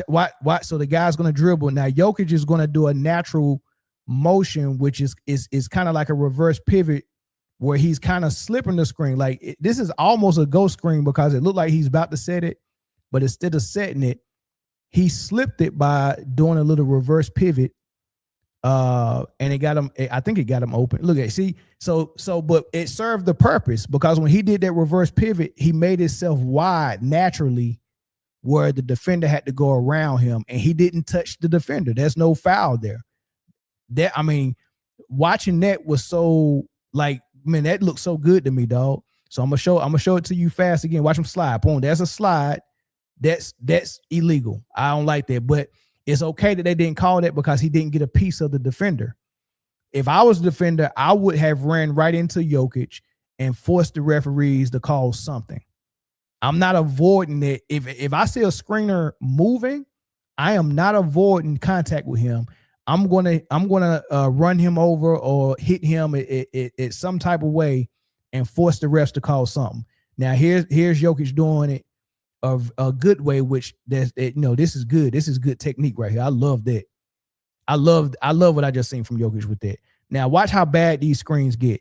Now, so this is Larry Bird, and I think this might have been Red Auerbach talking about how you set screens in real life. Now, there's no sound, I don't think, but he's describing how Mikal is stationary, and the rule book says you have to give the defender, first of all, the defender's got to be able to see you, and you have to give him 1 to 2 steps before, he's making the decision whether he wants to avoid you or not. You can't just not give him room to make a decision, right? So you just can't run up on him and just put your body on him and set a screen. You have to be a step or two away from him. And it's important for the ball handler. Watch how Larry Bird, he's going to jab right to get Ainge moving, and then he's going to use the screen. That's the jab. Now he's using the screen. Look how close he is to look elbow to elbow or shoulder to shoulder. That's how close he is, and that's how he's going to get screened, right? So that's how you set a screen. Now, let's watch Golden State with their split actions. It's disgusting. Golden State is disgusting with their split actions because all their screens are moving. Watch. So you're gonna see, is that Jordan Poole? Look at Jordan Poole and look at Toscano Anderson. I think that's his name. Watch this screen he set. He was moving, right? But he didn't get a piece of him, so no foul. But it gets worse. Now watch this one. I can't remember who this dude, Bill Lixa, number 8, Bill Lixa. Watch this screen he sets for Clay. Boom, throwing ass, right? That's not a screen. We call it throwing ass, right? Watch how he throw that ass out there. He slid, threw ass out there to get a piece of him, and all the referee did was throw his hand up. 3. Like, what in the world? Like, Bill Lixa, like, Golden State is teaching their dudes to throw ass on the court. This is how we set screen. Can you imagine them at practice and Draymond and Steve Kerr showing them, hey man, the refs let us do this, man. So you got to do it to get Steph and Clay open. Just throw some ass. Like if you feel like you ain't gonna be able to get a screen on him, just throw ass out there and it'll work. Watch him, Bill Litson, throw that ass. Boom, throw that ass.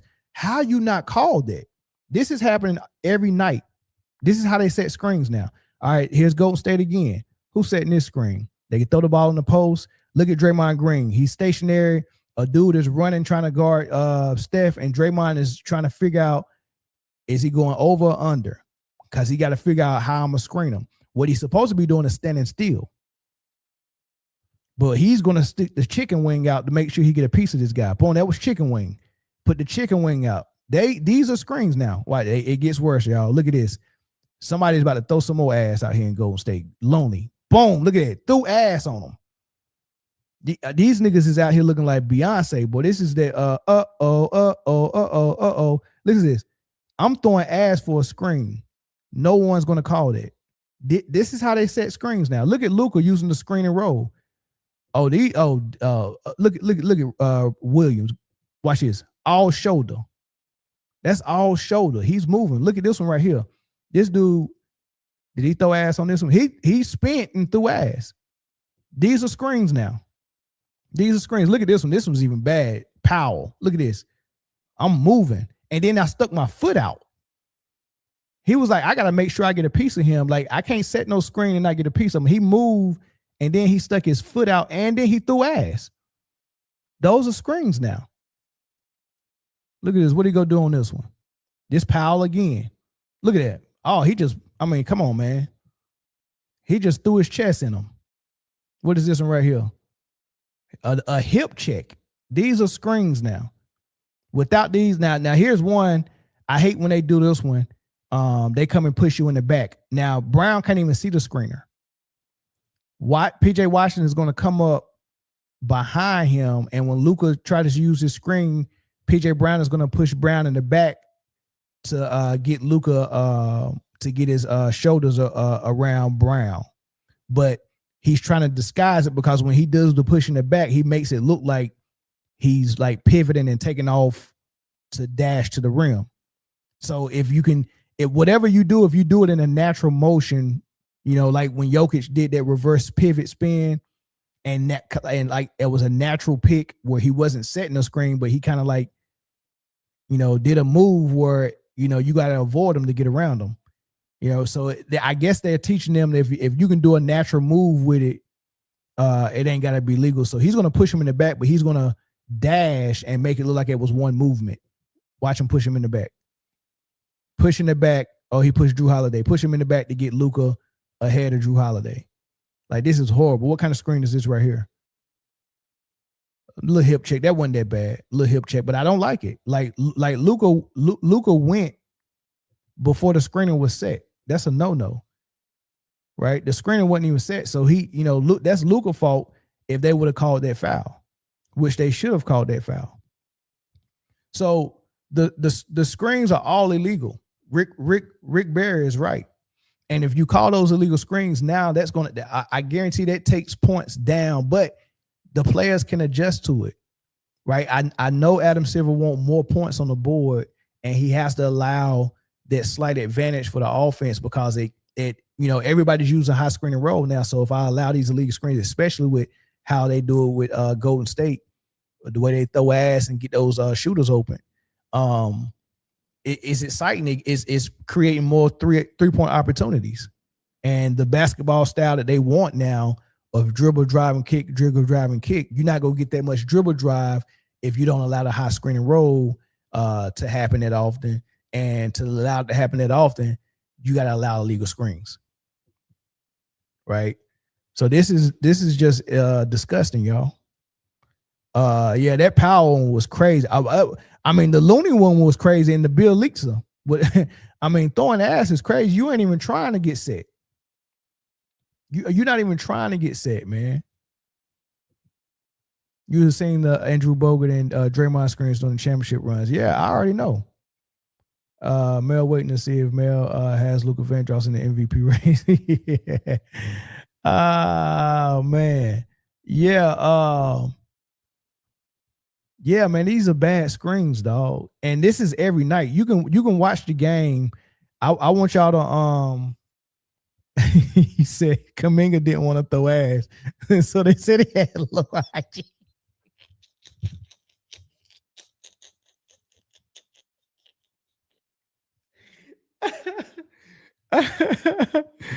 Oh man, yeah. But listen, look, dog, I can't believe it, man. I can't believe that that's what we're watching. I want y'all to watch the game and just watch all the screens. You know what I'm saying? Just do it for me. The next game y'all watch, just say I'm just watching the screens and watch how many of them are horrible. I think I got the rule. Let me see if I can pull up the rules on it. I think I got the rules somewhere. Let me upload it really quick.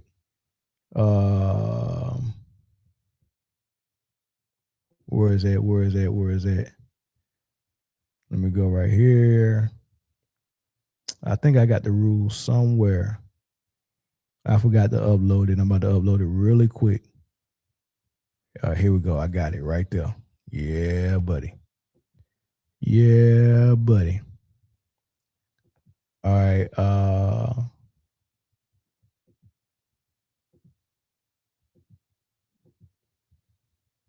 I'm going to just read what they got right here. See if I can get this in here loaded really quick. All right, boom. Got it right here. Got it right there. Okay, got it. Let me see if I can put this on screen.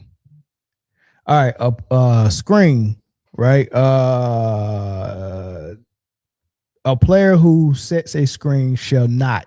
So it's going to name 4 things that they should not do. Assume a position nearer than a normal step from an opponent, right? So you got to give them at least a step, a natural step, right? Because I need to be able to make a decision whether I want to get hit by a freight truck or not, right? So that's one thing. If that opponent is stationary and unaware of the screener's position or make illegal contact with an opponent when he assumes a position at the side or the front of an opponent. All right. So don't do that either. The third thing they're not supposed to do, assume a position so near to a moving opponent that he is not given the opportunity to avoid the contact before making illegal contact. Number 4, and this is what I really want to drive home because this is what I'm seeing them not call. The player who sets a screen shall not move laterally or toward an opponent being screened after having assumed a legal position. So when you're setting a screen, you got to assume a legal position and get stationary. And then you just stay stationary and you are the screener, right?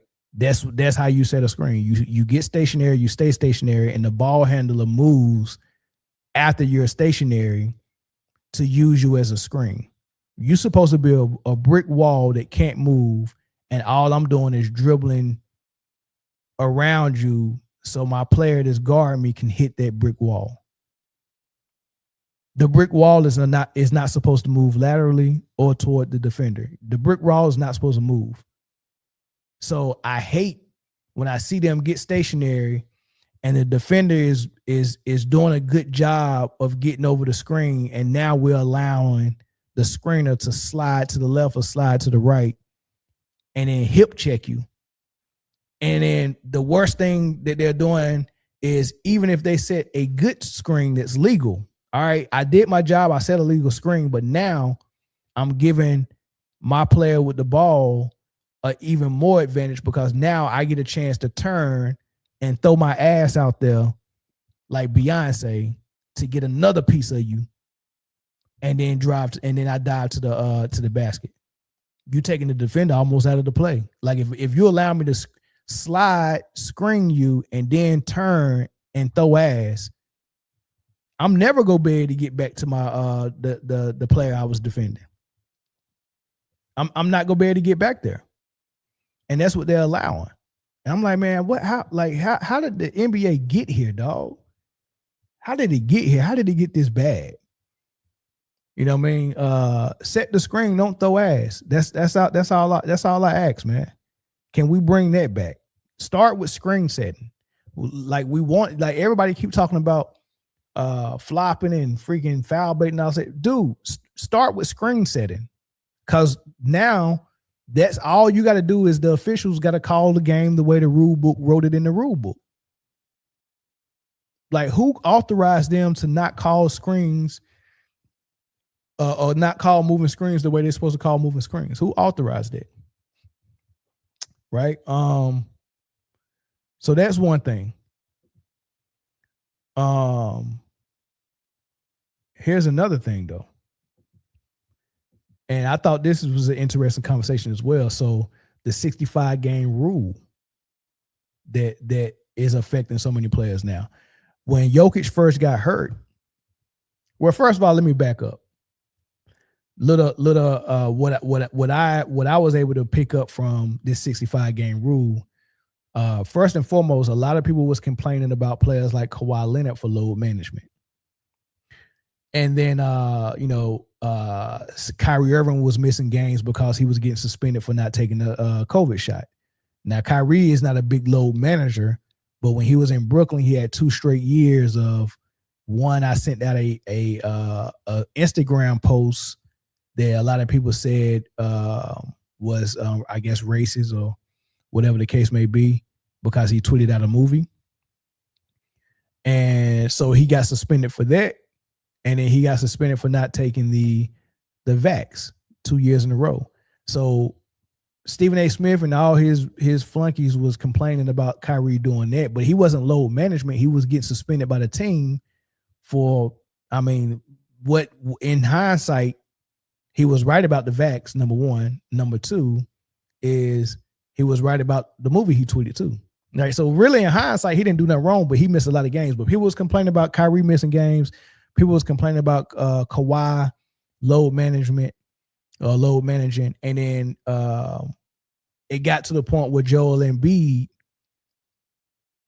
was in the MVP race, but he was load managing a little bit as well. Because I think I want to say he played the year he won MVP, he played 66 games. And I think Jokic played more games.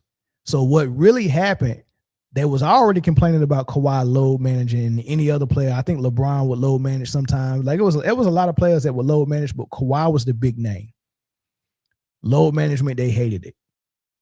We got to do something about load management. We got to do something about these players that think they can sit out games and still get paid. They was just complaining. And then Joel Embiid was threatening to win MVP. And all of a sudden people was like, how are we going to get an MVP to a guy who loses in the playoffs every year and who load manages? Forget that he played 66 games and had a better record. The Philadelphia 76ers had a better record than Denver that year.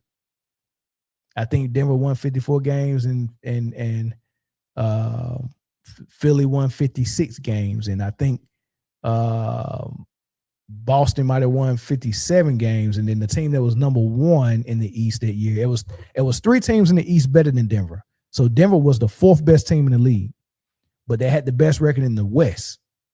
But it was 3 teams in the East that had better record than Denver, and it was Boston, Philly, and I can't remember the other squad. It was Boston and Philly and one other squad I can't remember. Better record than Denver. So Joel Embiid, better record. I would argue a better season. A lot of people who voted for him for MVP will argue a better season as well. Getting it done on both ends, played 66 games, whatever the case may be. But 66 was just not, it wasn't good enough for the people who wanted Jokic to win. So they complained about Embiid missing these games. So after Embiid won that MVP is when the 65 game rule came in. Hey, we had been thinking about how we can fix load management, but now that we've seen Jokic lost an MVP to Embiid and he's a load manager, we got to put some type of rule in. This can't happen again. So they put the 65 game threshold in.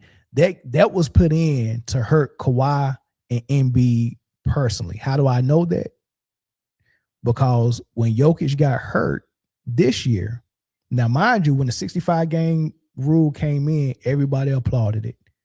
The media, all the people that had been complaining about load management and Kawhi, with it, Stephen A. Smith, Windhorst, all these guys, Bill Simmons, they applauded it because they wanted something to affect Embiid, and they hate Embiid still to this day because he took a MVP from Jokic.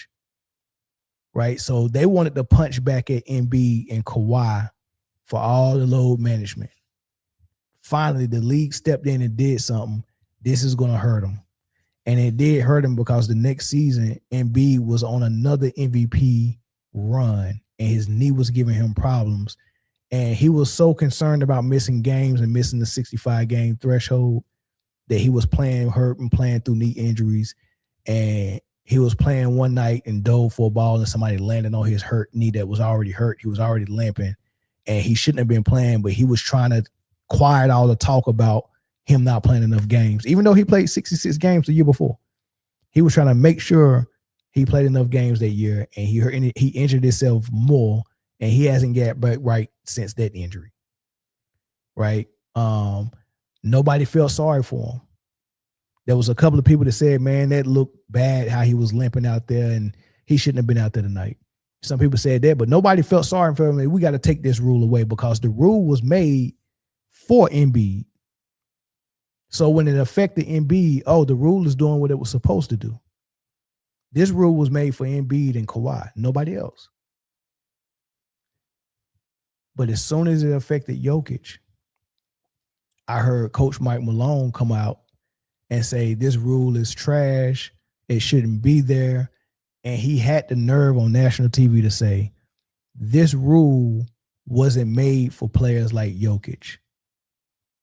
And what he meant by that is Jokic hasn't sat out games to rest a bad knee or load manage, because Embiid is load managing because he has a degenerative knee that doctors are telling him you shouldn't play back-to-backs, especially this year. They say, man, no back-to-backs, dog. You sitting out all the back-to-backs. You only playing one at the front end or the back end, whichever one you're gonna do, right? So doctors are telling him this. Your knee just not gonna hold up. It's just not that good. Like your body just can't take back-to-backs. Okay, Roger that. If that's what you're telling me. So they're saying the rule was for people like Embiid that load manage for an injury that is reoccurring. They said the rule wasn't made for Jokic. Mike Malone said this. He said the rule was not made for Jokic. The rule was made for somebody else. He didn't say no names, but we know who you're talking about. Said the rule wasn't made for Jokic. So when it affects somebody like Jokic, we should take the rule away. But how does that make you look as a business where you put a rule in that's supposed to be for everybody, but when it affect this guy, it's cool. But when it affect this guy, we got to take the rule away now. That don't make no sense. You can't pick and choose how the rule is going to be applied because the person that is affected now, you feel sorry for him and you like his sob story. Oh man, it's unfortunate Jokic not gonna be able to make first team or be part of the MVP race because he missed too many games. We should take the rule away, but it's perfectly okay for it to affect Embiid. That's how I know this. They had Embiid in mind when they made this rule, and not everyone. Right. So now that's died. That Jokic talk has died down because Jokic came back and he hasn't missed a game since he came back, and he's still eligible for everything. If he missed one more game, he's not eligible. So he's still eligible. So nobody's talking about it no more. But if he misses another game and becomes ineligible, they'll bring it back up. But now they've brought it back up for Cade Cunningham because Cade Cunningham went down with a collapsed lung and he's going to miss extensive time. And now everybody's coming back out saying, oh, no, this is happened to too good of a guy. Like, we should make an exception for him. And I'm like, why? That's weak. That's weak. Why are we making an exception for one guy? Like, explain to me why he deserves an exception, but Embiid don't. Embiid is the one with the bad knee. He's the one who needs load management to keep playing. You want to punish him for it? Okay, cool. But when Embiid got punished and didn't get any consideration for any awards, when he missed the threshold, it was what it was. Nobody complained. His agent didn't complain. He didn't complain. He just took it on the chin and said, hey, I got to stay on the floor. But now that one of your favorite players can't stay on the floor, we got to change the rule. Listen to how they had this conversation. All right, so we got a situation happening right now in the NBA. Teams are tanking and abusing load management, but then we have rules to try and subside that. You must play 65 games in order to be eligible for end-of-season awards. That doesn't always mean MVP or Defensive Player of the Year. There's also All-NBA honors. And so the situation is a very good young player on a very good team, has a very serious injury, and the rule is going to affect if he qualifies for a second All-NBA honors. That player is Cade Cunningham, and his camp is pissed. Rightfully so. Cade Cunningham's agent, Jeff Schwartz, spoke about the 65-game rule, telling ESPN's Shams Charania, quote, Cade has delivered a first-team All-NBA season if he falls just short of an arbitrary games played threshold due to a legitimate injury. It should not disqualify him from recognition he has clearly earned over the course of the season. The league should be rewarding excellence, not enforcing rigid cutoffs that ignore context. An exception needs to be made, end quote. Okay, so that was Cade's agent. Now here's Jaylen Brown, another MVP candidate on the 65-game rule. I'm really not mad at 65. Like, I just thought the contrary was that in the past, guys would be playing 40 or 50 games and then be up for all NBA teams, and they play half the season because their numbers would be better because they only play half the games versus somebody who played 70, 68, 72 games. So that's a big difference. So because of that is why I feel like it was needed. Because you can't have dudes playing 45, 50 games and winning first team All NBA. Like, you basically came to work half the time and then got rewarded for it. All right. So that's how they introduced that topic, and they played Jaylen Brown's soundbite. Jaylen Brown's right? I don't have a problem with the 65. You should be trying to play more than 65 games. What's wrong with the 65 game threshold? You either make it or you don't. I got a mosquito in here. You either make it or you don't. Right? So what he's saying is, when that rule was made, it was made with people in mind that was playing 40 games, 50 games. And those guys was getting consideration for all NBA and stuff like that. I'm like, dang, man, if I play 80 games and you played 50, and we both averaged 25 points, but you getting the first team All NBA, I'm like, man, do I get any credit for playing 30 more games than you? Like, how are you getting consideration at 50? So they had to come up with a number, and 65 was the number. You got to play 3/4 of the games. That's the number. They came up with 65. They probably thought this out pretty good. They came up with 65 games, and nobody had an issue with it. Nobody said anything because they was like, yeah, this rule for Embiid. This rule for Kawhi. We got to get Kawhi and Embiid to play. They didn't think that, hey, one day I might, one year I might miss the 65 game threshold. And then if I do that, then what happens? Right? So I'm with Jaylen Brown that, ain't nothing wrong with 65. And Stephen A. Smith agreed too. Okay, can we agree with both of them? Okay, the question now, should the NBA abolish the 65-game rule? Stephen A., what do you think? No, they shouldn't. And I completely agree with Jaylen Brown and his perspective. I understand where agent Jeff Schwartz is coming from, but respectfully, sit down. I ain't trying to hear that from him. You know why? Because when his players, if I'm not saying that I know this to be the case in terms of his specific players that he represents, but when players were missing games, when they were abusing the system, when they were engaging in load management, when they were taking nights off, did he open his mouth then? No, he did not. Then we don't want to hear from you now. It's just that simple. Cade Cunningham deserves to be a strong consideration for all NBA first team. He clearly was an MVP candidate for most of the season. He's an absolute stud and a star in the making. He's a star in this league, ascending the superstar status. The brother's special, no doubt about that. And it's not his fault because that's a legitimate injury with a partially collapsed lung. We get all of that. Nobody's questioning anything about that with Cade Cunningham. But there is something to be said about the players bringing it on themselves. The league didn't want to do this. The league wasn't thinking about doing this, just like the league didn't want to make modifications to NBA All-Star Weekend. But player participation or lack thereof, player enthusiasm or flagrant lack thereof, along with other things, contributed to the league trying to make adjustments because it had sponsors, advertisers, and most importantly, its overall fan base to pay attention to. They did it to themselves. Context matters, and things need to be taken into consideration. I'm not against any of that, but that's after you acknowledge you brought it on yourselves and you forced and compelled the NBA to do this because of your dereliction of duty as players, as agents, as teams along the way that forced the league's hand. You did this. So guess what? Problems come with it. Problems you created.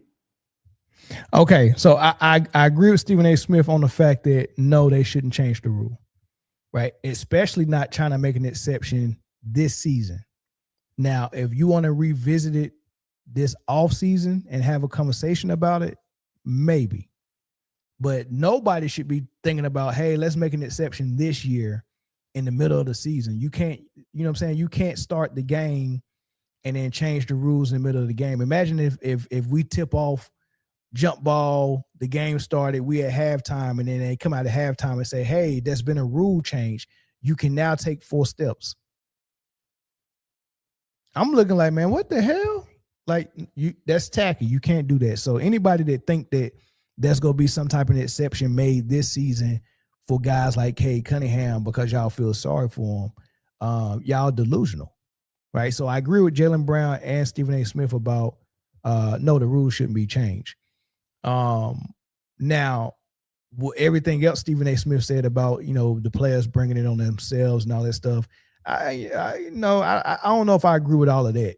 I don't know if, yeah, they did have something to do with it. You can say they brought it on themselves in some type of way, but the examples that they use, like Kawhi and Embiid, like they ain't got no choice on what their knees are doing. Like they playing on bad knees and they're getting advice from their doctors, the team doctors, not personal. Kawhi had personal doctors give him advice on top of what the team doctor did, but that's one thing. But for the most part, these team doctors are looking at them and saying, this is the best way forward with this player. They shouldn't play no back-to-backs. We go sit them out on certain games, and we're going to load manage them because this is the only way you go have them for the length of this contract you just signed. You signed him for 5 years, $200 million. And I'm telling you right now, if you play him back-to-backs and you put a lot of stress on that knee, from what I've evaluated, he won't make it through half of this contract. You're gonna be paying a retired player that's at home with a bad knee for services that he can't provide you. So if you want to get your money's worth the best way you can, load manage this player. Don't play him in back-to-backs. So when the team doctor is telling you that, okay, cool, that's the team doctor.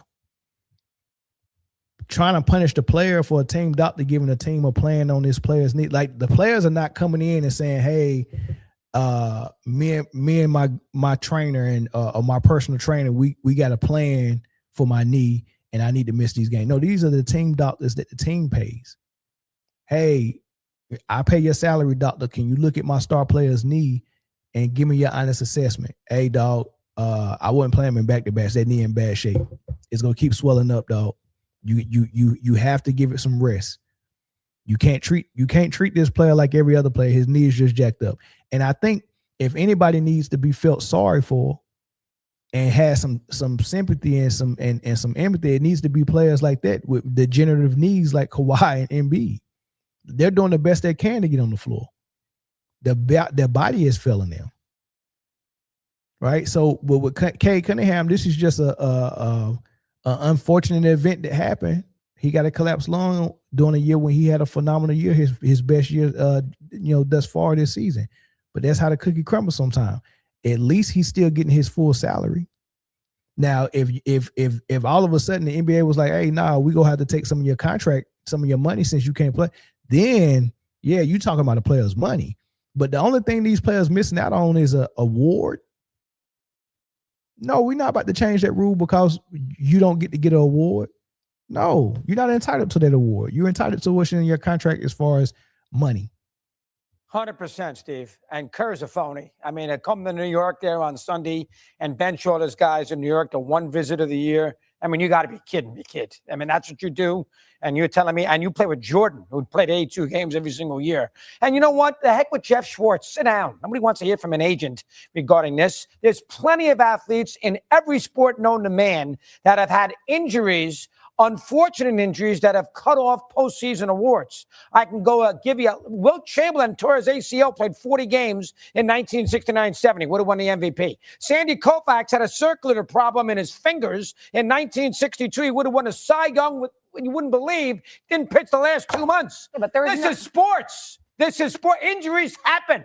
Okay. This is sports. That's the way it is. It's unfortunate. I feel bad for him, but we don't make any exceptions now because you're annoyed that one of your players had an injury. Tough. This is professional sports. Sometimes it bounces your way. Sometimes it doesn't. You can't give the guy the MVP for playing 61 games. It's absurd. So he's wrong. I have something to say. Go ahead, Shay, but make sure before we go to commercial break, I got some numbers to give y'all. I was gonna question. I hear what you're saying, but those instances you brought up, there wasn't this 65-game rule. There wasn't a rule in place. That was just the way the cookie crumbled. But now there's a specific number, and Cade is a specific instance with a serious injury. Well, you got to have a number. You got to have some barometer. You got to have a number, what Shay. are you going to do, 40 games, 50 games? No. You got to have something. I like the number. My question is now, though, maybe there's an exception to the rule. No. Maybe Why? you can appeal it or do something Why? because he has a very specific instance here. Tell me. Why does the injury matter in this situation? Listen to what they're saying. They can't even hear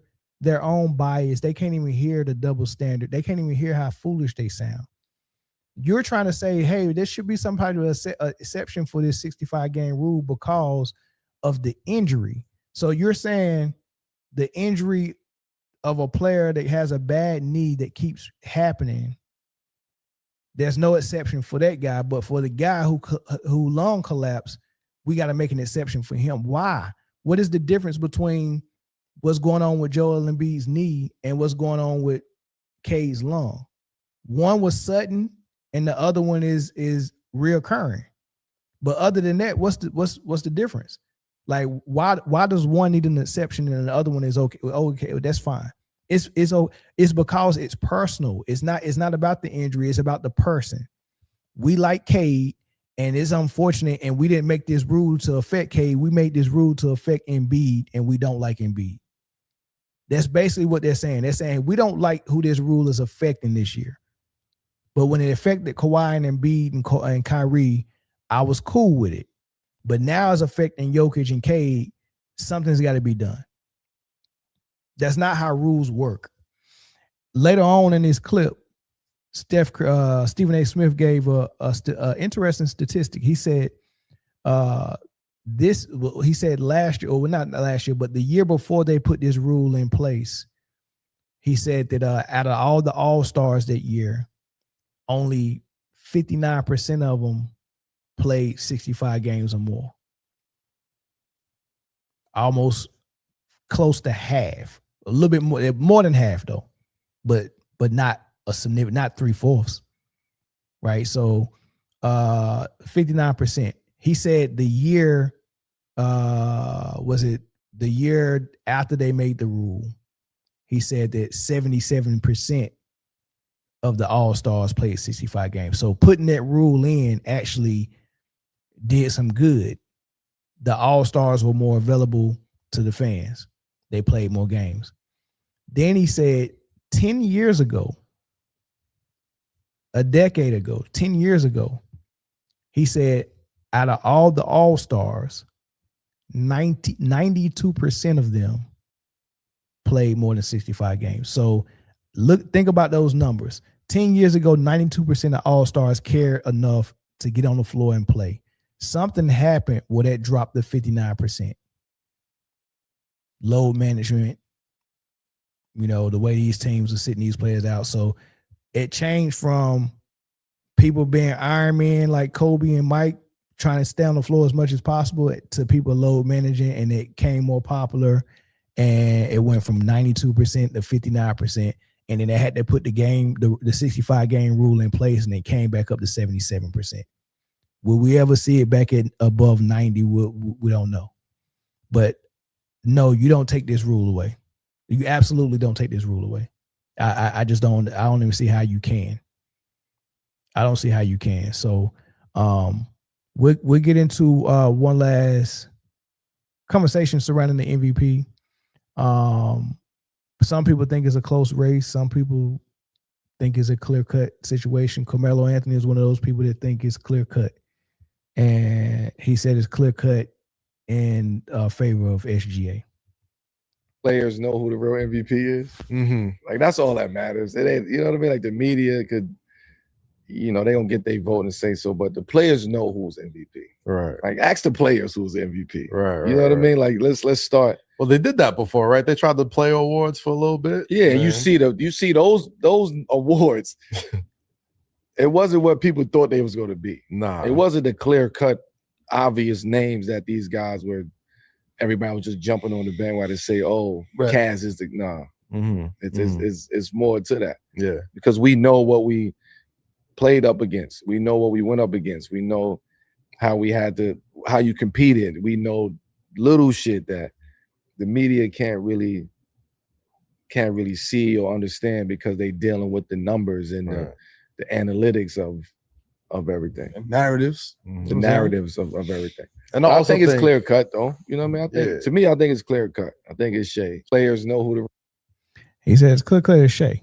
But everybody get all this other stuff involved. Right now, what it is the late surge by the Lakers, and Luka is looking so good to them with the recency bias that they think Luka is in the race.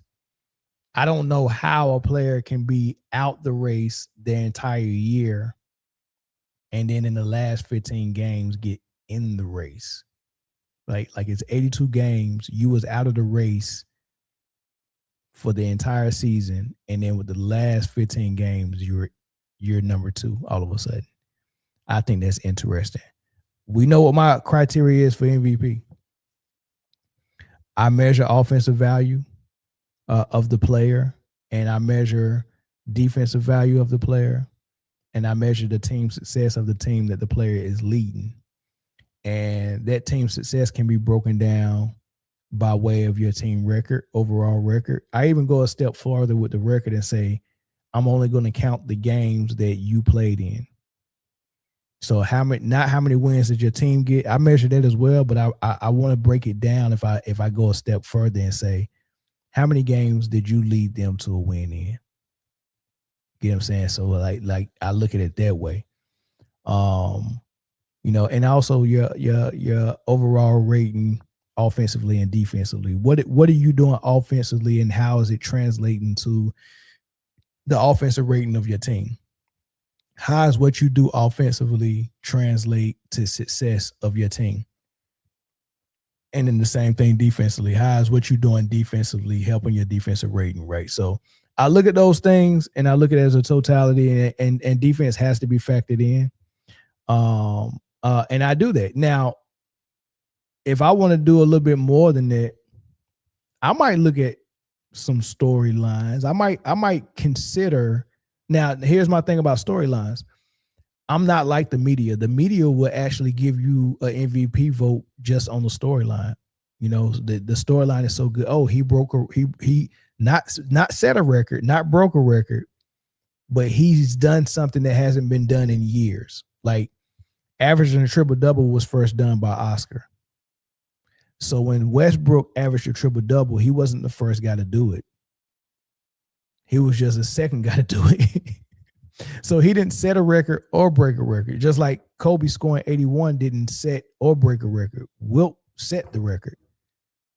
Or he broke the record, because I'm pretty sure it was a game high before him. But scoring 100, he's the only person that's done that. So you could say he broke whatever the record was before that. It was probably his record when he scored 80. You know what I mean? So in some way he set the record, in some way he broke the record, whatever, however you want to say it. But setting the record and breaking the record is different from doing something that hasn't been done in 30 years. Averaging a triple-double hadn't been done since Oscar and Westbrook did it, and everybody was like, oh, OKC Thunder is in the 6th seed, but He done something that haven't been done in 30 years. So he won the MVP just on that storyline. The storyline won him the MVP. The storyline won him the MVP. That's how the media is doing it. Jokic almost averaged a triple-double, and the storyline was, wow, he's in the 6th seed, but Jamal Murray is hurt, and Michael Porter Jr. is hurt. So he got to the 6th seed, or maybe the 5th seed. He got to the 5th seed without his second best player, without his second best player. They're the 5th seed, but he almost averaged a triple-double. So the storyline was, despite them not being that good, not dominate, like his team didn't dominate. There's not a lot of team success. They didn't dominate, but he put up a lot of stats. He didn't have his second best player, and he almost, not actually done it. Like Westbrook actually averaged a triple-double. Oscar actually averaged a triple-double. Jokic almost averaged a triple-double. And that was like, but he's a center. How can a center get 8 assists? That is insane. So the storyline is that he almost averaged a triple-double and he was playing without his second best player. He's the MVP. So being a 5th seed means in your own conference, that's 4 of the teams that's led by players that led to more success. And then we don't know how many teams on the East had a better record than them. The Denver Nuggets might have been the 6th or 7th best team in the league. This man got an MVP out of that because he almost averaged a triple-double. Then the next year, he almost averaged a triple-double again, but instead of having 7 or 8 assists, he averaged 9. It was like, oh my God, he got closer to a triple-double. Let's give him another MVP. And then last year, he actually averaged a triple-double for the first time. And he didn't win it. SGA won it. And everybody was like, oh my God, if we gave him an MVP for almost averaging a triple-double, why wouldn't you give him one for actually averaging it? And ever since he actually averaged a triple-double, it's been fool's gold for him, and he's trying to continue to do it. He makes sure his assists stay above 10 as an average because he wants to average another triple-double. You know what I mean? He's after that, right? This 2 games in a row, he had 20 and 19 assists, 2 games in a row. Like, he's really deliberately making sure he get them assists and keep them above 10 assists, man. He's turning down shots now. That's why Jamal had 50 tonight. But I still got SGA number 1. He's leading the team to number 1 rated defense in the league. He's leading the team to the best record in the league. He's averaging 30 plus, second highest score in the league. He's very close to 50, 40, 90. It's very possible that he can pull it off and have a 50, 40, 90 year. He's going to be first team All NBA. He's going to get some consideration for probably second team All Defense, possibly. He might not get it, but he got consideration last year and didn't get it, but he might get consideration again this year. He passed. He set a new record passing Wilt for 20+ point games in the season. Consecutive, not in the season, consecutive 20-point games or more, right? So you got storylines, you got success, you got team success, you got value on offense, value on defense. You got it all around with SGA. That's why he's my number 1 for the award. I had Cade number 2, but Detroit has been on the stretch of mediocre basketball for like maybe the last 10 games, so it's kind of brought Cade down to earth because what was carrying him mostly was the team success. Now I got Wemby at that number 2 spot. I got Jaylen Brown at that number 3 spot, Cade at the number 4. And then I go to figuring out if Luka or Jokic is going to be number 5. It's going to be one of those. But I got those defenders that does it on both ends of the floor: Brown, Wemby, SGA, Cade. All of those guys do it on both ends of the floor, and all of those guys have had more team success than the Lakers and the Nuggets, and they're leading their teams to actually being really good defensive teams. but the leadership of Jokic and Luka has got their team at the close to the bottom of the pack as far as defense is concerned. Even though the defense of the Lakers have improved over the last 10 games, I will say that. But as far as the MVP, I'm with Melo. It's still SGA right now. It's SGA's to lose. And that's why I'm at with it, man. And I catch y'all on the next episode. I might come back in here tomorrow, depending on what happens. Appreciate y'all for sticking with me for 2.5 hours. Hit the like button. Last chance for alcohol. Last call for alcohol for y'all to go ahead and hit the like button. Hit the share button. Make sure we get some people in here. Leave me a comment in there, everybody. If y'all didn't leave no comment, but make sure you hit the thumbs up, man. I appreciate y'all. I'll catch y'all some more. Peace.